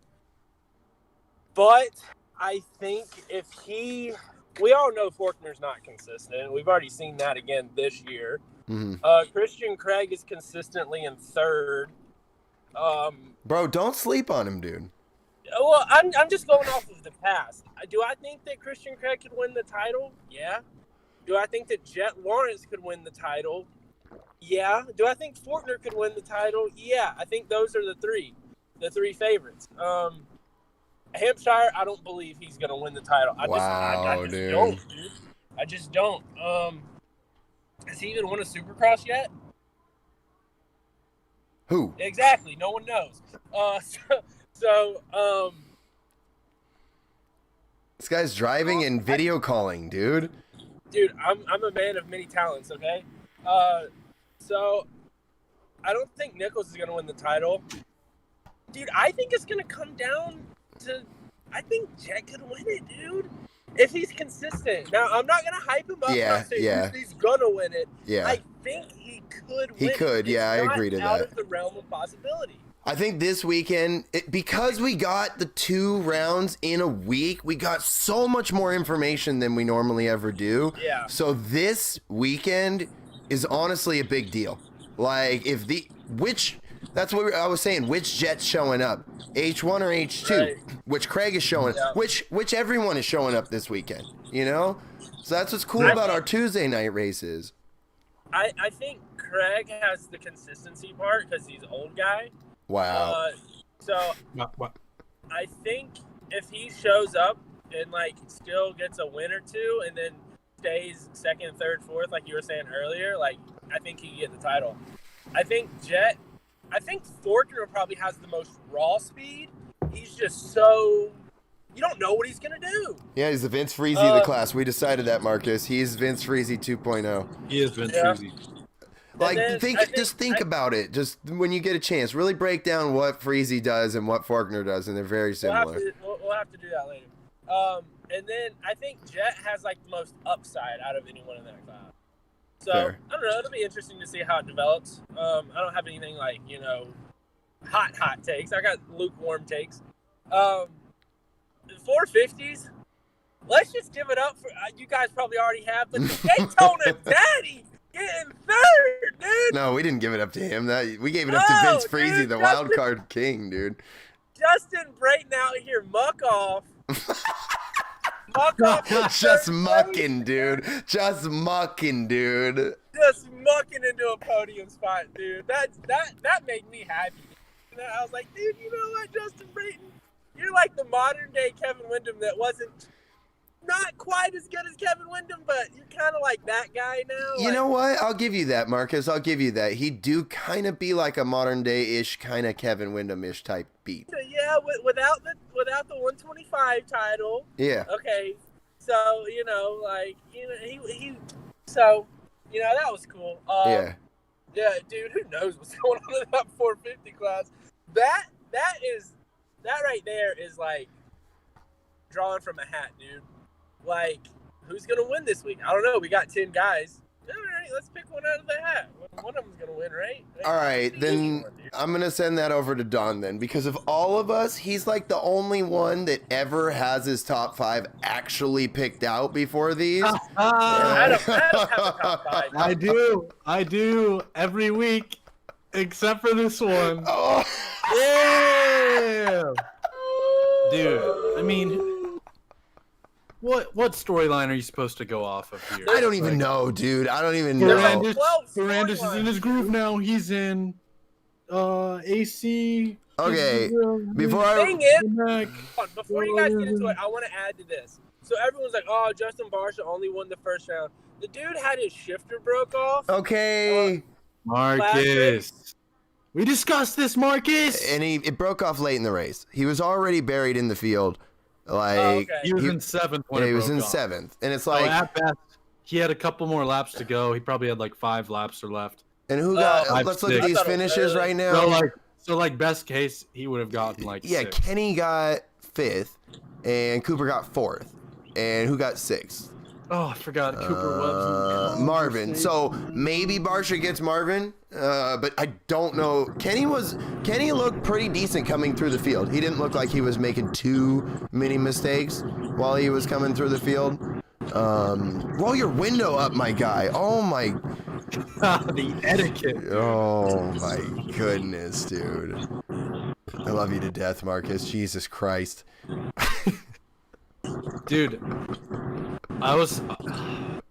I said last week I'm not gonna even consider Tomac or Webb in my top five. Until he won, and then he won. Yeah. I was. You never know what that guy dude. can do. I was like, oh man, it's not gonna happen for like at least 3 weeks. Mm-hmm. Like I'm gonna be able to be stress free, have an easier top 5 to pick from. They just come out and get top 5s and look great. Now I gotta factor both of them into my top 5s. It's a mess. It's a whole mess. Can you even? Imagine Would it be reasonable for us to have a stream where we don't have a top 5? This would be the round. Honestly, yeah, especially after having to pick another top 5 so quickly and literally have the field flip, like we've talked about. Yeah, literally have the field flip from what was the week prior. And listen, I only got points this weekend from the Lord himself, Vince Freezy, Wildcard King. Mm-hmm. And like I either stayed where I was at or gained spots. So nobody got anything right. Yeah. Tuesday. Dude, I had no Rightfully less than so. 10 people send me a message saying, "Oh, it's Roxanne Kenny is my, or Roxanne Barsha Everyone chose Roxanne Barsha. Yeah, I had no less than 10 people send me their fantasy. It was a reasonable. They were on their own level the first race. Roxanne looked a little faster. He just couldn't get around him. I had one dude. I bet half of RM Fantasy had more than. Yeah. I'd be willing to say about 60 to 70% of RM probably made that same pick. I spoke to Roxanne I Barsha. think One person. What I'm gonna run an experiment this year. Okay. Yeah. You're gonna make good picks. I'm going to just pick the previous week's top 5 and whoever finished in that wild card spot, and just see. I mean, that's not. I mean, it is an experiment. I think Scooty told me last week. He was like, "I wonder how you would do if you did that." Yeah, I mean, why not? You'd probably at least finish like middle of the pack. Marcus, let's say this right now. Are you actually? Is that what you're going to commit to? Because that's a storyline for this show. Yeah, that's 100% a storyline for. I can commit to that. So you're gonna. I won't come in here and discuss based off of that. Like, yeah, but that's gonna be your picks. That's gonna be your picks. Yeah. Because I mean, that could be ridiculous or great picks. That's a storyline. Because right now you're looking at Eli for another win, and Dylan too. Which I'm a Dylan fan. I think Dylan was right place, right time for that 2 spot. I was even considering Dylan for a 5th or a wild card for this week, with the 7th place being, yes. Oh, this week, because that's how much this damn class can shift by any given race. I think there's easily a 5 rider shift any given weekend. And the thing is, dude, any given weekend. There's still some top riders that would fit into that top 10 that are not racing. There's no Blake Baggett. There's no Justin Hill. Like, both of those dudes are capable of finishing in the top 10 if they were racing. So, like, the field's not even as deep as it could be. Which is great. Yeah, no, I talked about that earlier with Sexton getting hurt, where we're getting to that point. We're getting to that point where it's like, if you start taking any riders out of the equation, you are affecting the championship. Regardless of where they would have finished in the championship, you're now affecting the championship because they are people on the track that have to be gotten around or are playing. There's just roles that are being played that are no longer affected when a rider is out of the race. So yeah, we definitely touched a little bit on that. We haven't even. Dude, I want to see how your strategy pans out for picking the previous winners, because I've always been like, I'm lasered in on qualifying, watching everybody and adjusting my picks, and I found out that just does not matter at all, because this past week or Tuesday I was watching qualifying, and Tomac looked like he wasn't even going to make the main event. Yeah, he looked like trash. So bad. I was watching the highly efficient RM Fantasy stream. Jeff Walker was like, he's saying the same thing. Like, Tomac was nodding his head. Very emotional rider. If he's not clicking, then if everything's not going right in his head, then he's going to be off. He looked so bad in qualifying. and then he just comes out and rips it, no problem. So maybe, like I might employ the strategy. I need to stop watching qualifying or just set my picks in stone. Yeah. And you know, I said when Tomac wins, 2 weeks later, I'll pick him for the win. I think that's just. Oh yeah, this week, he's good for an 8th. He's good for wild card 7th this week. I'm gonna put Tomac as wild card. Dude, you might. I made a pick. You might make and then that. The week after, for sure, picking him back for first. Yeah.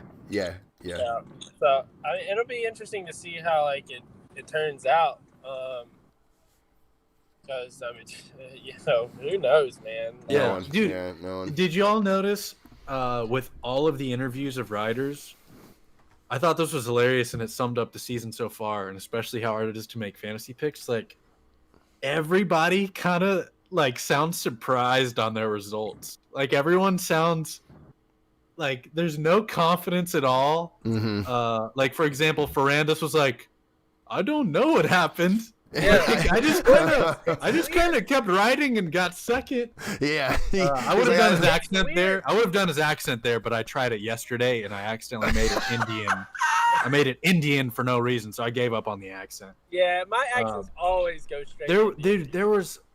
I'm gonna get mad because there was like at least 3 other riders that had interviews, and like just no confidence. They were like, honestly, I don't know what the hell happened out there. Like, I just kind of ended up here.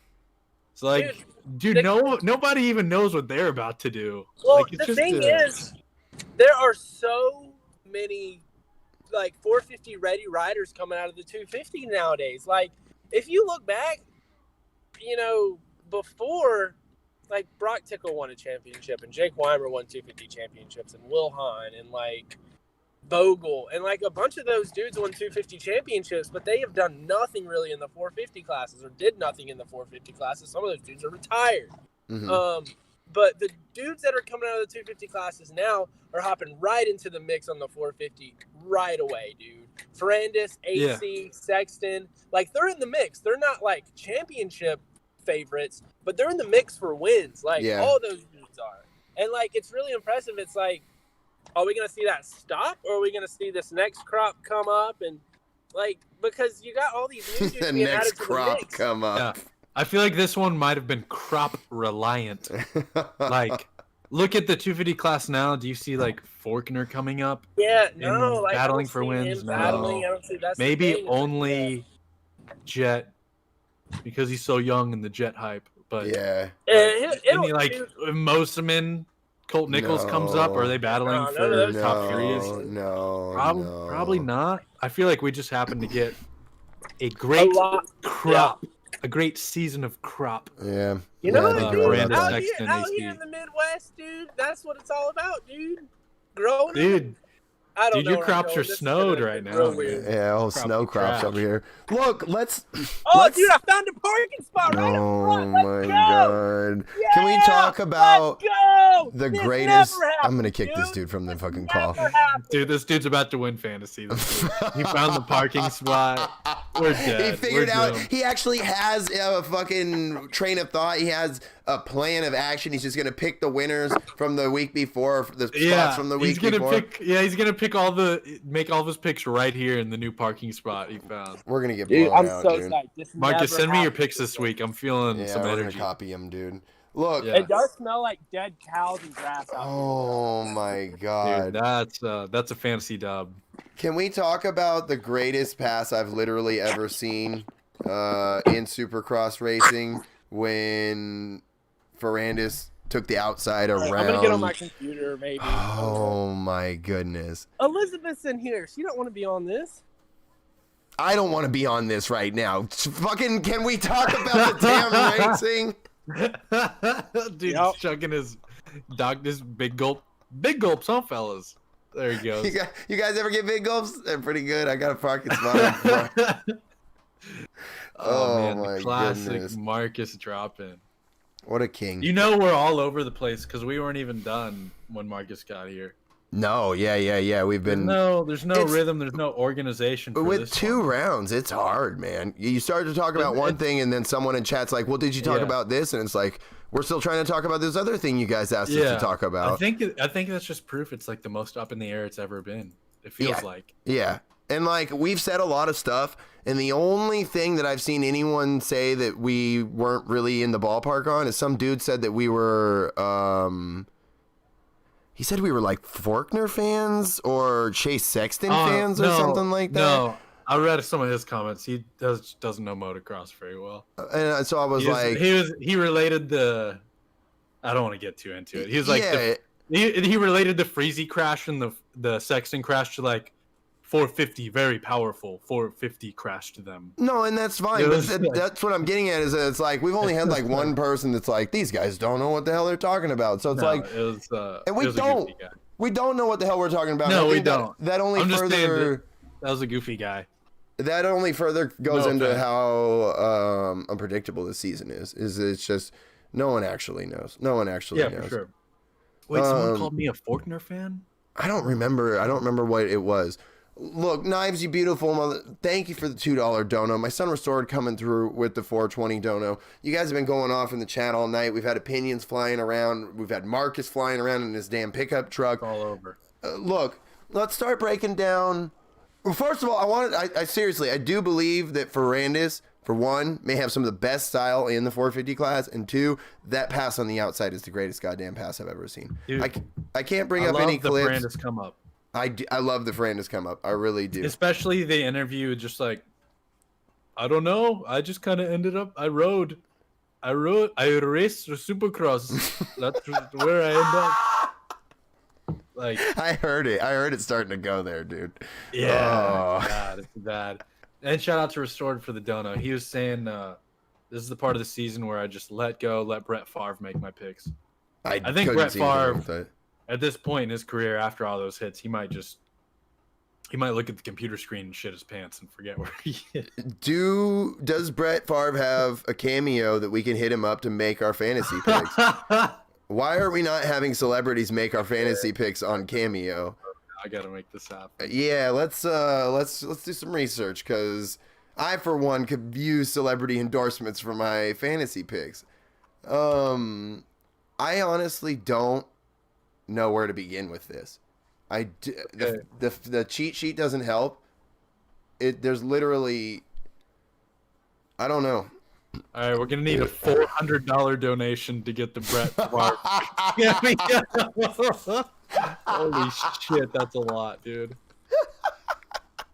Damn, there's some big deals going for $100 or $200, but Brett Favre said no.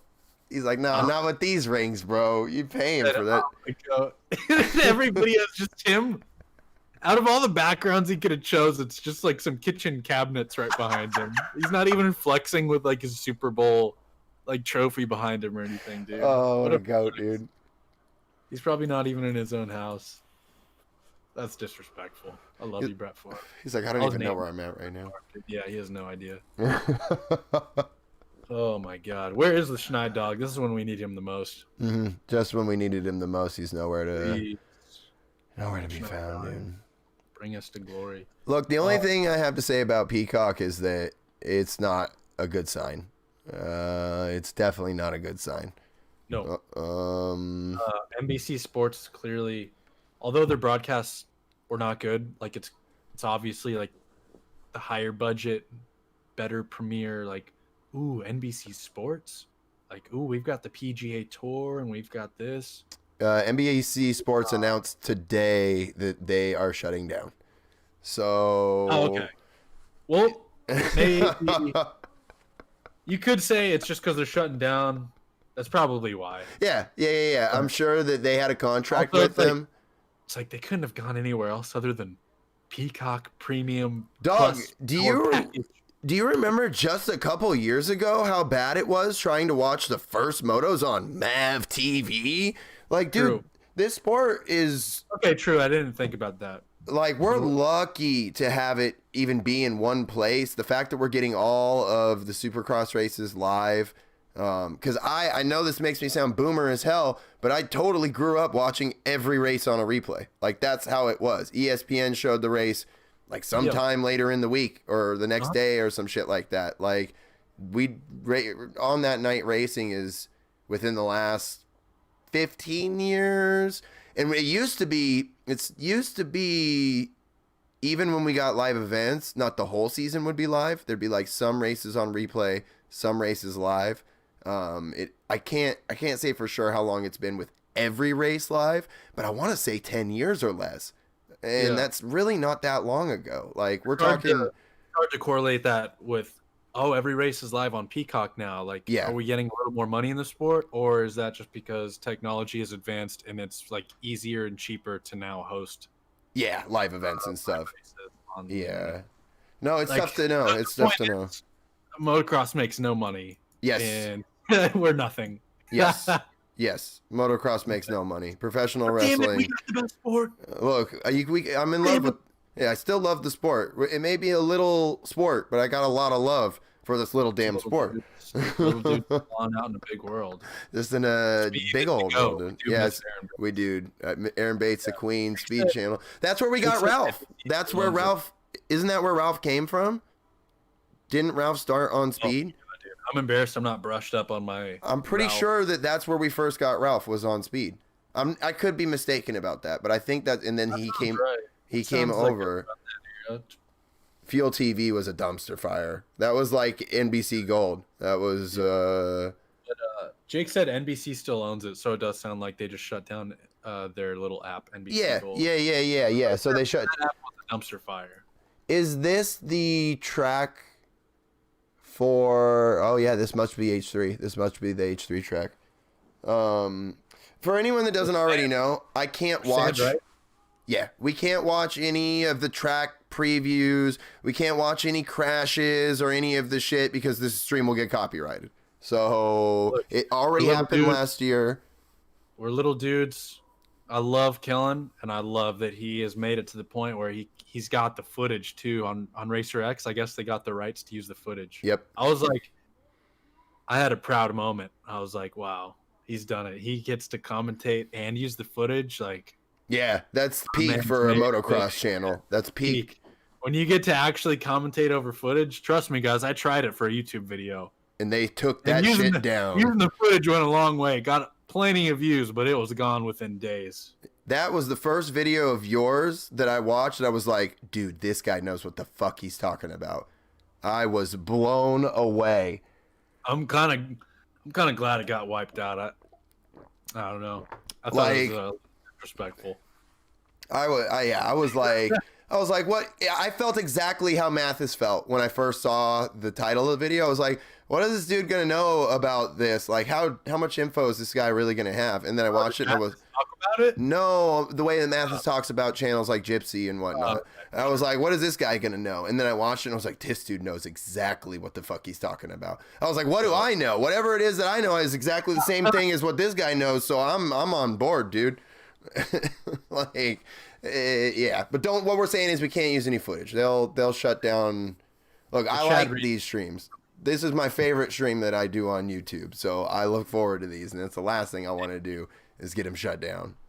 Yeah, and even on this, we can't stay on track. Well, no. Hey, you can't fault us. All right, if you listen to anybody this week, they better have no idea what's going on as well. Otherwise, they might be. There's just too much. They might be the guys paying Vince Freezy under the table, knowing what's going to happen. Yeah. Because at this point, which is like, you love to see this, dude, because I've never been so confused. And like, the more confusion there is about what's going to happen, the better. Because it's not fun going, oh yeah, Dungy's going to get like first or second, and like so is Kenny. And then like the RM Fantasy dudes, they started doing the streams this year, and they have done a stream before every race. They're going to do one tomorrow. They did one on Tuesday afternoon. They did one last week. So they're doing one before every race. We're doing one on Fridays, and their streams are still like an hour. Their streams are like an hour and 10 minutes long. So it's like these dudes actually know what they're talking about and can stay on track, and it's still taking them an hour before each race. So if we're having 2 races that we got to get through and we can't stay on track, like there's just a lot of information that we're trying to process, and there's There's just a lot going on. They're really, in these 2 rounds, there's things that we haven't even talked about yet. We barely touched on, like... Yeah, let's got to get to more stuff here. Let's start John, making our picks, dude. Yeah, John, we had first turn discussion like probably 30, 40 minutes ago, if you want to go to that. No. They're talking about the first turn of this week's. First turn this week is a right-handed corner. Sean's been bringing it up. I've seen a few different people bring it up, and I haven't had a chance to talk about it yet. But this week's is a right-handed corner, which almost always leads to chaos. Yeah, I don't have anything interesting to say on that. That's a we'll see. All I can speak to is that Freestone has a right-handed corner, and I hate it at the start.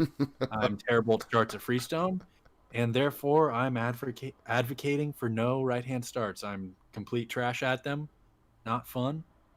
But, hey, like I said earlier, if it makes for a better layout, if they had to turn the start right to flow into the track properly and make the track super cool like they have for the last round, I thought, then, hey, I'm all for it.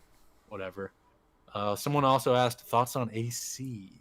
You got thoughts on AC? Still a little too early. Looked great in round 1. Looked decent-ish in round 2 at the start until he cartwheeled off the bike. That sand, he was one of the many victims of the sand section. Yep. Early in the season, 12th in the second round is not a good look for the championship, but it's a long season. Once again, just like last year, I would much rather see AC finish the season healthy than anything. If he can snag a couple of W's along the way, I think that would be phenomenal. AC's time is not right now. AC's time is in the next 5 years. He's the next 5 years of 450 Supercross racing. So we'll see. We'll see. I hope he's okay. I hope he came out of H2 injury free, and I hope he comes out of H3 injury free. But I'm not. He's been getting better at that. He's been maturing. Yeah. And getting less injured. Yes. My takeaway is that I feel like AC is always there. Like even when he has bad crashes, I forgot which round or whatever. The last time I remember he crashed in Whoops or something. Mm-hmm. All I can remember is that I feel like whenever AC crashes or has like a pretty decent get off, gets shaken up, like it just doesn't matter. He's still there next week. He's still gonna start like in the top 5. Yep. And he'll still be fighting. Like yeah, as long as he doesn't have an accident, he's a top 10 rider every weekend and most likely a top 5 rider. Yeah, and that's the knock on him because those, I guess the word is those stiff ass Kawasaki forks Eli and AC like to run. I don't know if it's Kawasaki or that they just both like to run really, really stiff forks, but they just is AC gonna knife it again? He loves knifing in corners and just tipping over. Mm-hmm. I think that's one of those suspension and attack combinations where AC attacks so hard and the suspension just gives out. Him and Eli get the fast slaps, but not Eli very much actually. Yeah. Likes to fork it down, dive, tuck in corners. So that's the knock. He might. It's like I will probably have AC and Kenny in my top 5 every week. I think. I think they get some of the most consistent starts. I especially feel good about Kenny in the top 5 every week. I'll probably put him podium every single week. If it looks at this point, it's looking to me the best case or most realistic that Kenny could get the chip. Very solid, consistent, doesn't fade halfway into the moto. Yeah. But I'll also probably stick AC up there unless anything happens to him. So let's use that as a transition to talk about the big thing then. The big thing. Yeah, Kenny and Anderson and what was it, Freezy, and who was it that also got docked? Was it Davalos or it was 4 riders? Freezy, Anderson, Tomac. No, not Tomac. It was Kenny. It was. Oh wait, I don't know. I said Tomac. Yeah, Kenny, Anderson, Freezy, someone. I forget who the 4th. But there was maybe 4. Yeah, there was 4 riders total. They all got docked. Was it Ferrandis? Because I know Ferrandis was right there. He's part of what Kenny talked about, but I think maybe he was. I don't know. I don't know if Ferrandis was the one, but it was Davalos. Okay. He didn't need poor guy. Yeah, poor guy. So I kind of touched on it earlier when we were talking about riders being hurt, and I'm not an AMA rulebook writer, reader, interpreter of any kind. I'm not one of the racers. I'm not the people watching the replays. I'm not one of the flaggers. I don't have too much of an opinion on it, but Kenny's opinion, I don't get a desperation feeling from Kenny when he explains his point. I get a logistical explanation from Kenny where Kenny's like, this is what happened. My vision was obstructed because of the position of the rider here. It's literally an anomaly due to the exact moment of time. He's like, given any other circumstance, it never would have happened. He was like, it was specifically because of the obstructed vision. He's like, I've never tried to pull anything in my career, and I never want to try to pull anything in my career. I don't feel like that's an excuse from Kenny. I don't get that vibe from Kenny when he says that. I get that that's a reason for what happened. And, you know, he's taking it on the chin. He's not happy about it, but he's taking it on the chin. He made his post. It wasn't a whiny, ranty post. He said, hey, I got docked. This is why it happened.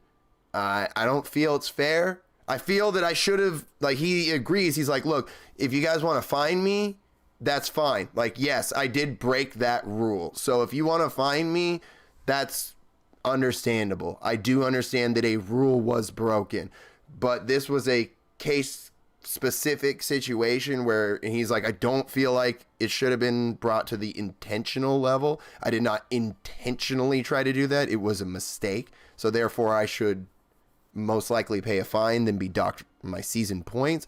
I kind of agree with him on that. But like I said, I'm not the people in charge. I don't make these decisions. I don't have the money lining my pockets to make these decisions. So I don't really have too much of a say other than I feel like Kenny's opinion's probably correct. But is it going to change the AMA's decision? No, it doesn't sound like that's going to happen. Yeah, fine and probation would have been acceptable because it's like, hey, if you really didn't do that intentionally and you really aren't trying to pull a fast one, then you can be on probation because you're not trying to do that shit. It was a mistake. So, look what they did with Ferrandis last year when he and Craig got together. They were like, hey, dog, that was a little sus. We're going to put you on double super secret probation. And if you do it again, you're going to be in big time trouble, little guy. I feel like that's the route they should have gone with Kenny. But like I said, once again, I'm a nobody. So yeah, this one's tough. I'm pretty on the fence about it. I like that we got a lot of the viewpoints from chat, like right off the get, like a lot of the viewpoints of the community and how they feel about it. Like, for example, Kolbster, if 4 riders missed it, it had to have been some fault of the flagger. That's what I felt like, dude. John says, but he didn't see Ferrandis roll. Ray says, yeah, they can't just change it because he said he didn't see it. Yes, I agree. I agree to that. They shouldn't just change it. I like Ray's point of view. This is how I felt about it the whole time. Is that, like, I believe Kenny in that he probably didn't see it. Whether it was that a rider was perfectly in his way, which happens, that's totally possible. Sand section, multiple riders. Or that you are in a Supercross race with the fastest riders in the world and you have tunnel vision. Yeah. And then the flagger should be in a more accessible spot. Like, no problems with what Kenny said. I totally get he's got to be frustrated because he knows he's in the championship hunt. Yeah. And, like, out of all years, a couple points is going to really matter this year. Yeah, big time. Big time. Like, if they were to say, okay, Kenny, you're right. We looked at the camera angles, which are not good of it, by the way. There's really no way to tell. Yeah, his boof-ass Instagram upload where it was like a grainy-ass... He was like, there's a better angle of it too somewhere. Like It's where, dog? like, Kenny, we believe you, we love you, but like, we'll take your word for it. Yeah, you delete this post, bro. You don't need. Yeah. It's like, okay, say they agree with Kenny and they go, Kenny, we can't really see shit on our cameras, but we believe you. We think someone was in your way, and we're not going to dock you those points. We're just going to dock the other 3 riders. Yeah, they can't do that. That's bullshit. Yeah, that's bullshit. Yep, you can't do that shit. As far as docking points, people say they should have just gotten like fines. Yeah, I'd probably lean into they probably should have gotten fines. Yep. But also, this is great because everybody. I haven't gone to argue for rider safety. I've been the guy against rider safety. I want the sand sections. I want the whoops before the finish line. Like, you got to have some strict punishments when it comes to rider safety on what flag? Red yeah, the red cross flags, yeah. Cross flag. So you have to be strict. Look, that's very serious. You could debate. You could go back and forth about that all day. At the end of the day, like, I guess I'm okay with the decision. You can't just like give Kenny a pass because, okay, man, Ferrandis or whoever was probably in your way. You couldn't see. You could find them, but we got to uphold like strict standards to maintain rider safety. So I'm okay with how it played out. Maybe you could have just turned it into fines. Yeah. I'd probably vote for just fines because if it does come down to Kenny losing the chip by a couple points, I'll probably be frustrated about that too. I think there's something to it with the 4 riders, though. I think that's really the key. Sure. But, okay, I missed that. There's 3 or 4 riders missed it, but if you watch the replay, like, a lot more than 4 riders don't miss it. A lot of guys rolled that jump. Okay, that's probably it then too. Because it wasn't very. It's not like it was late in the race. It wasn't like 4 in a row. There's like clearly a period where the flagger fucked up or he wasn't there yet. It was like roll, jump, roll, jump. Okay. It's very on the fence argument. I'm not passionate about either side. I'd probably vote for just a fine. Yeah, I think that's. I get it. Dude, can you imagine how tough this is for Feld to make that decision? Like, yeah, at this point with this stacked of a season, people, hey, what the hell? You can just jump on a red cross flag and it now. Like, yeah, dude, it's tough to make these decisions. I'm all right with it, but fine probably would have been cooler. That's pretty much how I feel too. Like, am I gonna make a loud statement about what they did? No, because I don't know enough of the information.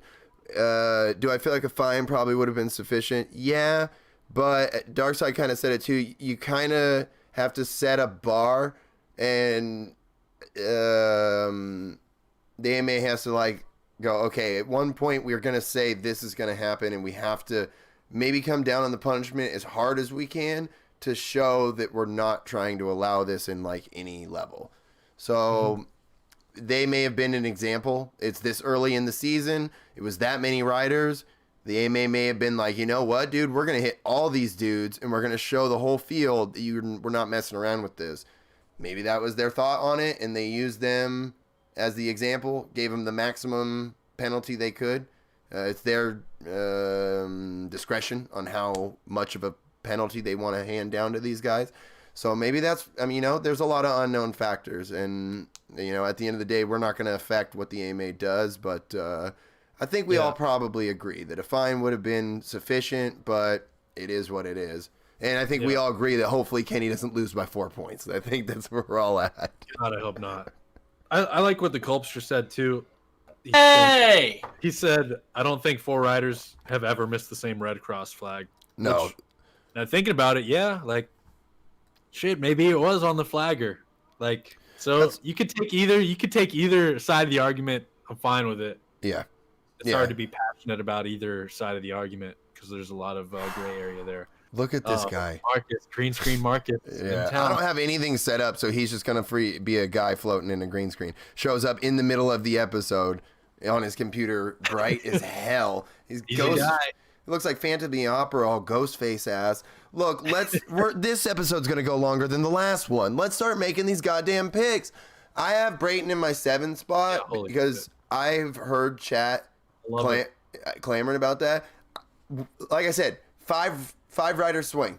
Brayton got 3rd Tuesday, a couple days ago. I think a 7th place would be solid for him. I think a lot of these. What did he get the first round? First round, he got, where is he at? He got 6th. So honestly, shit. 7th, what? He might be, bro. No, Brayton's going in 5th. I'm putting Brayton in 5th. Really? I'm putting, dude, he goes 6, 3, 5. No, I'm gonna keep him in 7th. 6, 3, 7 is still good. 6, 3, 7 is still, 6, 3, 7 is still good. I'm gonna keep him there. I'm stealing your pick. I'm straight stealing. That's chat, dude. I didn't do it. Barsha 7th.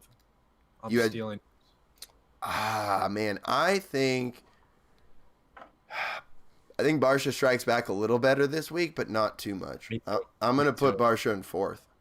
Might have him a 4th or 5th. I like it. Yeah, I was thinking 5th, but I was like 5th might be a little too far out. I could see Barsha battling for the podium, and see if Barsha's going to be battling with the podium, that means it's somebody that's going to be able to outride him, and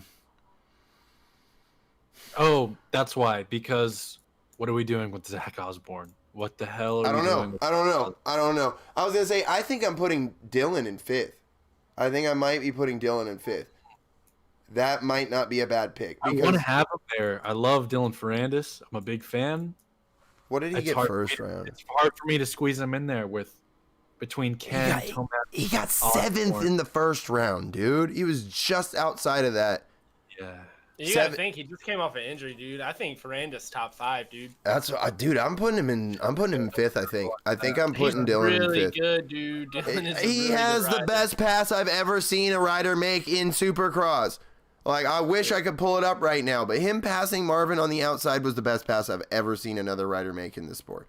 Like, dude, that was disgusting. He just leaned it over and stayed on the gas, and it was like an MX Simra. He was just like around the corner and kept going forward. Like, dude, Ferrandis has some style on this 450 that I don't know if we've ever seen before. He was one of those guys getting, at some rounds last year, faster than any 450 lap times. Pause. This track is way more tech than last week's track. You could pull the track up. I was already looking at the track earlier. This track's way more tech than last week's. I would think it's really hard to tell until we dive into it. Yeah, I mean, that's true. It's true. It looks like it has more rhythm sections than last week's track or Tuesday's track.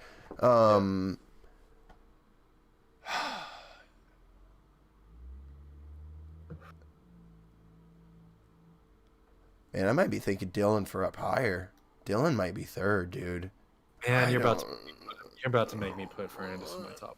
I'm about to act up, dude. You need to put Ferrandis in your top 5, dude. It's either 3rd or 5th. It's either 3rd or 5th for me right now. Yeah, it's either. You're putting him in 2nd? What? Wow. All right, I'm committing, dude. I'm committing. I'm putting him in 3rd. Okay. Who do you take out of your top 5 then? Tomac, Osborne, AC, or Marvin? Who are you taking out? Marvin. You have to have either. Marvin. Take Marvin out? As much as it hurts. Marvin went 3-6. I could see him going 6 or 7. Like, if I'm debating 5th place for Dylan, and I know Dylan's better than Marvin this season already, then I'm thinking Marvin's top 10, not top 5. Oh, do I put Malcolm 7th? Yeah. He got 7th last week. He went 5-7 so far. But does that mean he's gonna go 9? You know who's not getting 7th? You know who's not getting 7th? AP. Freezy? No, AP. He's not getting 7th. Because AP ain't even getting top 10. Dude. AP got top 10 in the first round, dude. Stop it. But where did he finish last week, dude? What did I say last week? I said AP's not getting top 10, dude. Yeah, just had an off round, bro. It's different. AP ain't get top 10. Dude. Just like the Cowboys next year, it's gonna be. How's AP? If I said it, it's not happening. I said it. AP ain't get no top 10. Nah. All right. Man, I like AP too. AP's cool, but AP's done after this year. AP's going woods racing. He's gonna. Let's go, GNCC goat. GNCC goat. Caleb Russell's retired, I think, from GNCC. So it's AP's turn, dude. Caleb Russell is that dude. He's the goat. GNCC. I think I'm about to act up, dude. I'm about to act up. Y'all about to see these picks I just put in, and I'm about to act up, dude. Oh.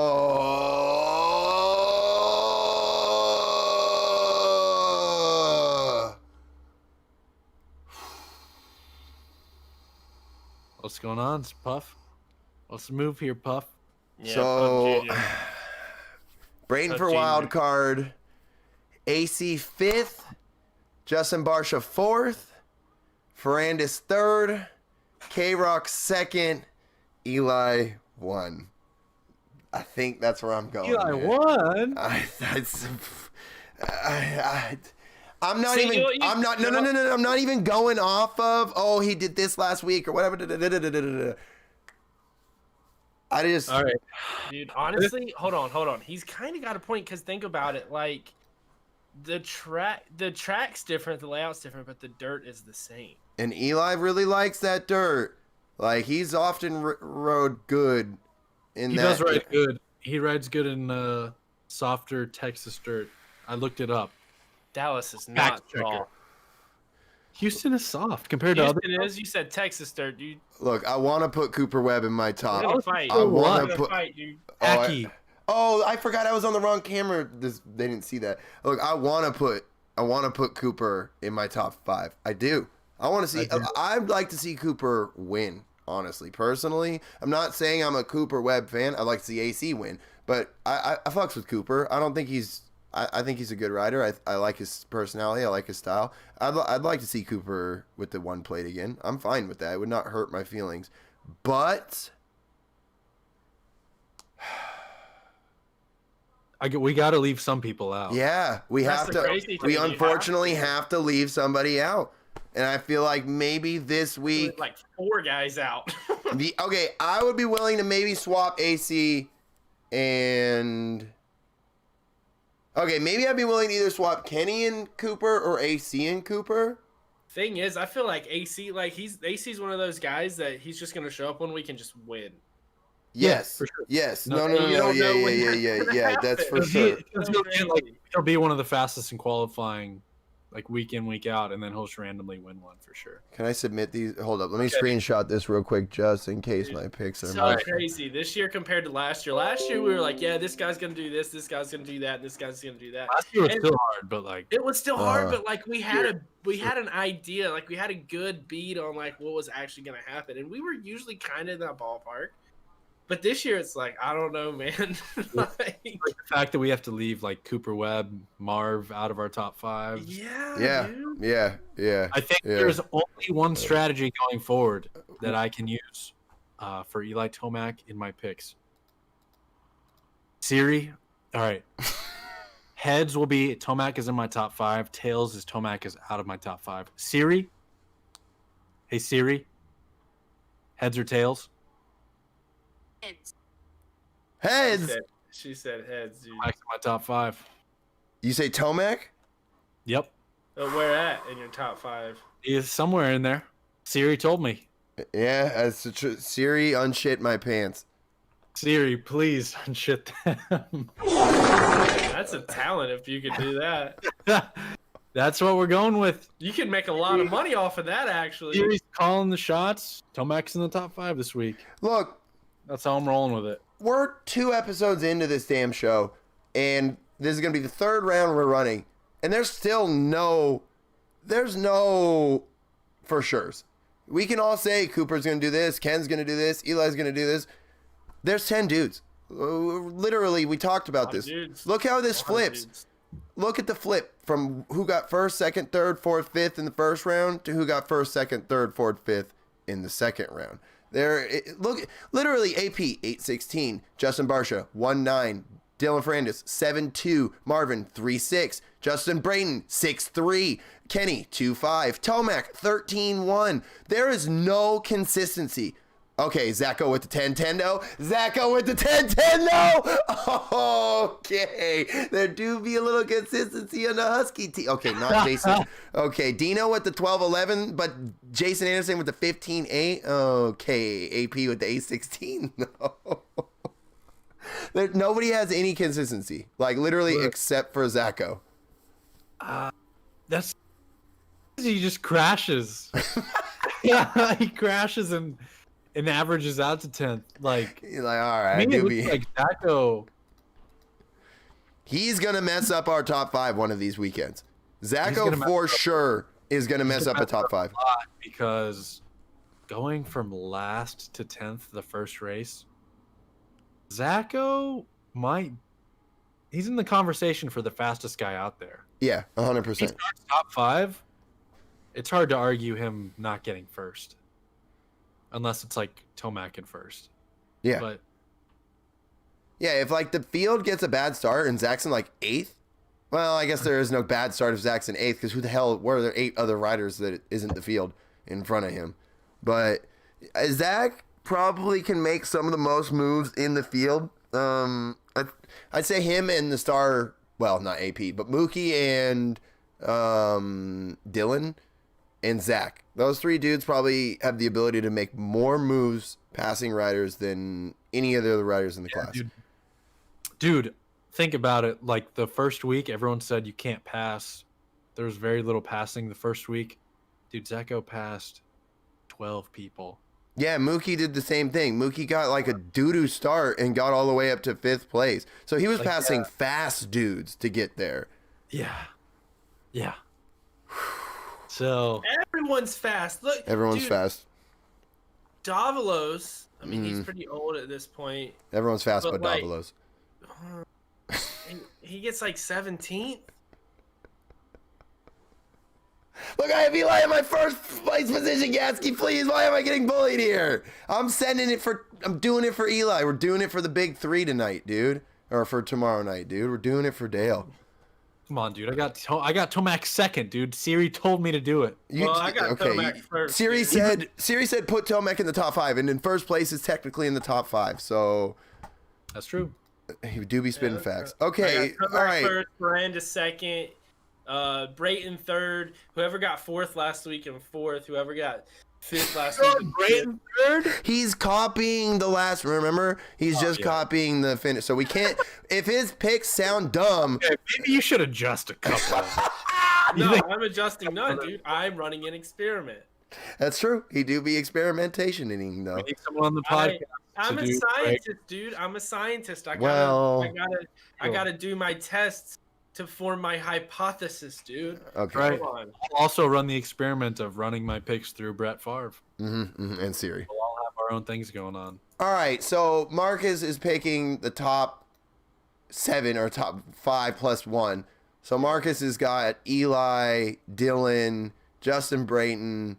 Who the hell got 4th? Where is that? Cooper Webb, Ken Roxon for 5th. Yeah, your picks are crazy, dude. And Mookie for your 7th spot. Your picks are crazy. The crazy thing about it is that was exactly what it was last week. That's like, what I. Oh my. Yeah. No. Anyways, I know. Don, what is your top 5? You know what, Scooty Puff Jr. You know Scooty Puff Jr. You know Scooty Puff Jr. No. Well, I'm about to tell you. So. I was just saying, it's crazy because if you looked at those picks and did not know that, that's how they finished last week, you'd been like, no way. Like, yeah, that guy's a donkey head. Yeah. That's what I was saying, dude. All right, Don, what is your top 5 plus a wild card? Please. I've been sorting through them while y'all been talking. Oh my god, dude. These are going to change at least 6 more times between now and the race. Going from 7th towards 1st. Justin Brayton 7th. I think I'm going to put Mookie there. Not a bad 5th, pick. EC 4th Marvin. 3rd Zach. 2nd Eli. 1st Ken. I think I might wipe either Marvin or AC out for Barsha. But yeah. Qualifying. And then qualifying will screw up all my picks even more. And I should have stuck with my original picks. So this is why I believe Tomac wins again, because the storyline doesn't make sense for Kenny to win yet.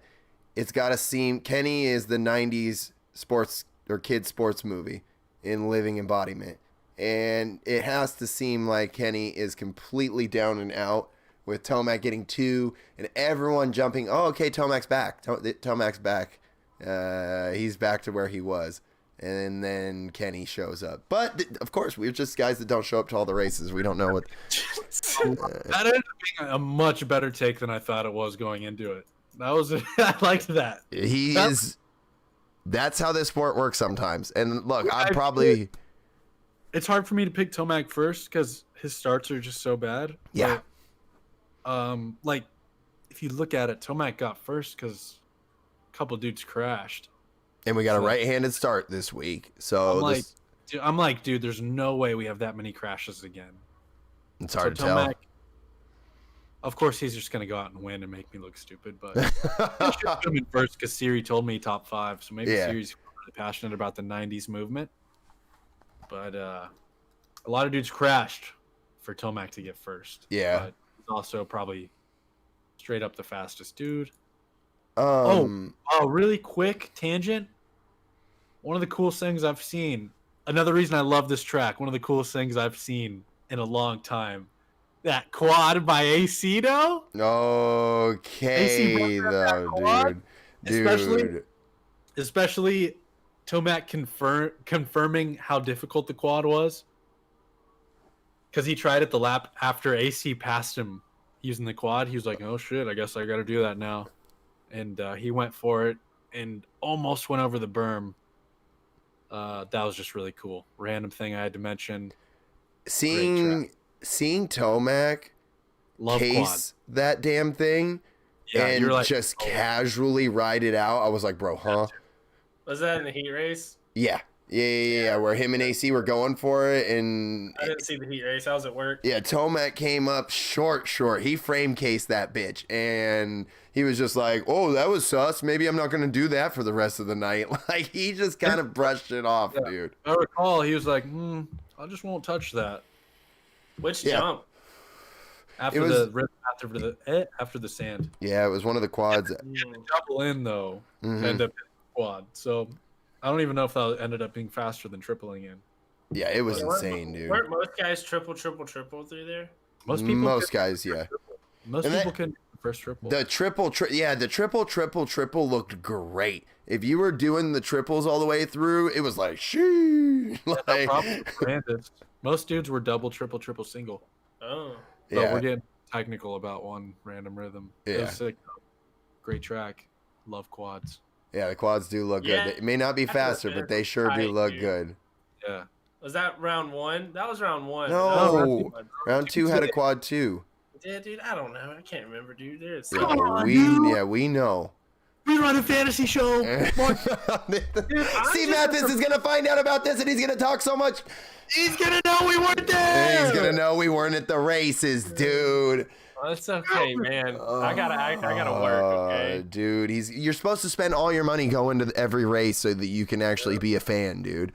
Right. That's a bummer. Yeah, my dude. Goodness, dude. Price COVID tickets. Look, have you gotten your passport and your COVID tests yet? No. Am I supposed to? Look, do you have any final hot takes? We're way over budget and we're way over time right now. Yeah. Well, we can't even run through every rider this week because it's just like nobody fucking. No, someone's gonna make another fake Instagram account and roast the shit. You idiots didn't even talk about this guy on the fantasy show. You're just gonna lose all season, Scooty. You better be sad and cry about it. And I'll be like, you're right, dude. I'm gonna cry all the way to Arizona about it, dude. Bro, I heard Tickle's been riding with the sore shoulder the past 2 weeks. Bro, and they're gonna end up being right. The expert said that the moon was in its 3rd equinox and that Tomac had eaten some probiotic yogurt and that his bowels were doing. Tomac shit and wiped twice this week. He's looking good for the wild card. He had one of those poops that you poop and then you go to wipe and you don't. It's like clean and you're just like. Do you ever have one of those and you wipe and you just don't trust it? You're like, what? You sure there's nothing going on down there?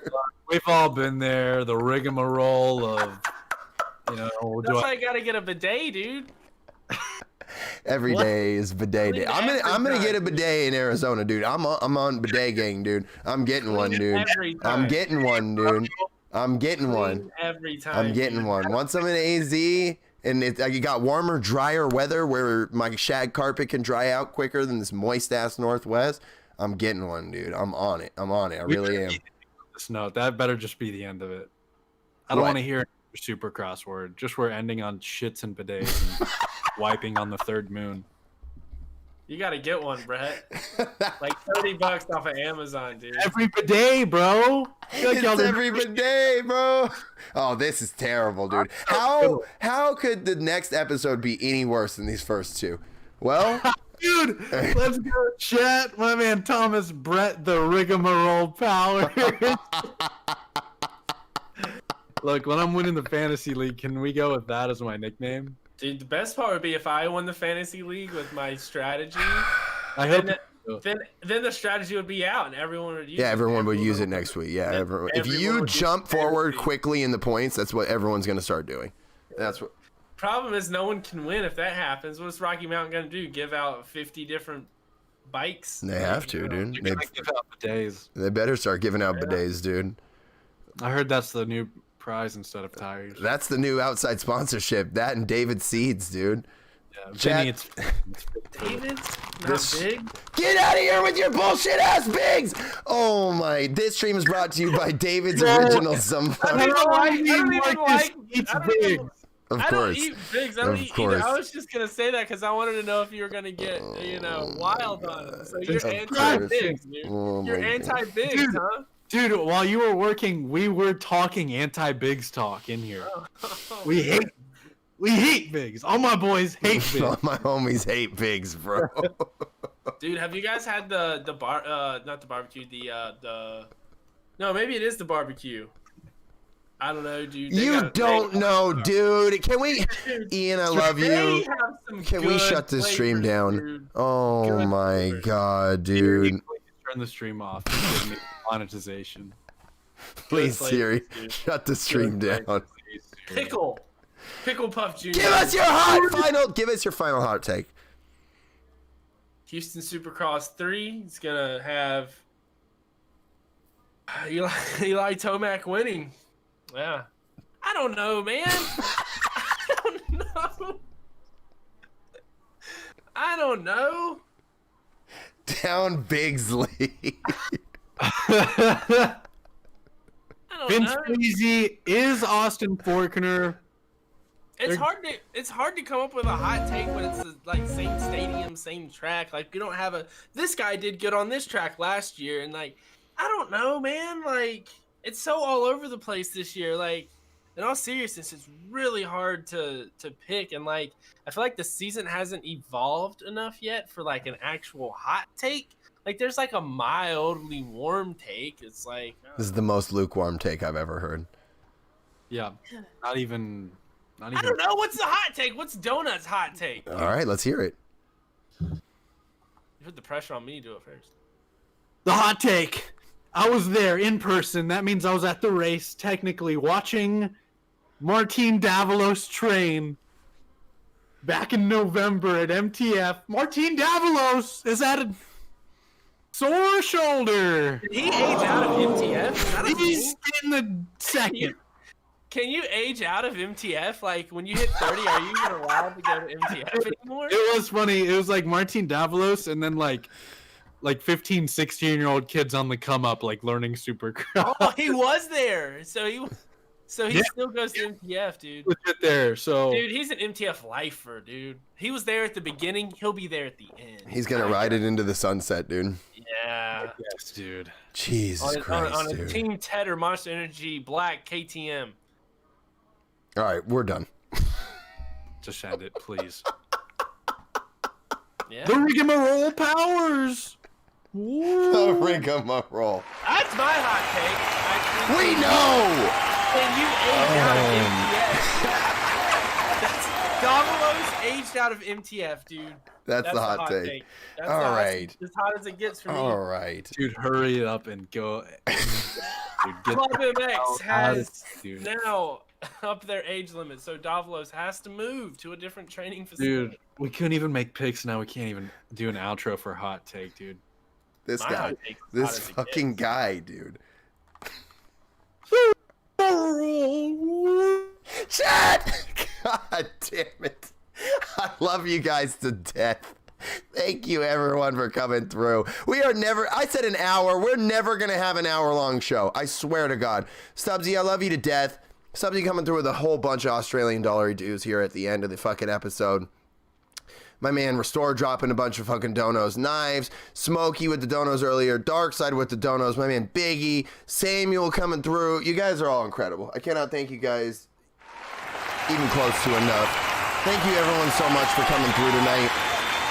It's been another phenomenal fucking episode of easily the most chaotic goddamn ARM fantasy stream on all of the fucking platform. I love you guys to death, chat. We're going to wrap this one up. You know we're coming back next week with episode 3. And chat, I'm very, very excited because next week we got ourselves a little guest. Look, I'm not going to make a big deal. I'm not going to point out anything. I'm not going to even really give out too many clues about who's going to be on next week's episode. But I'm very excited for episode 3 of the RM Fantasy Supercross stream. Chad, tell our paths cross again, you beautiful motherfuckers.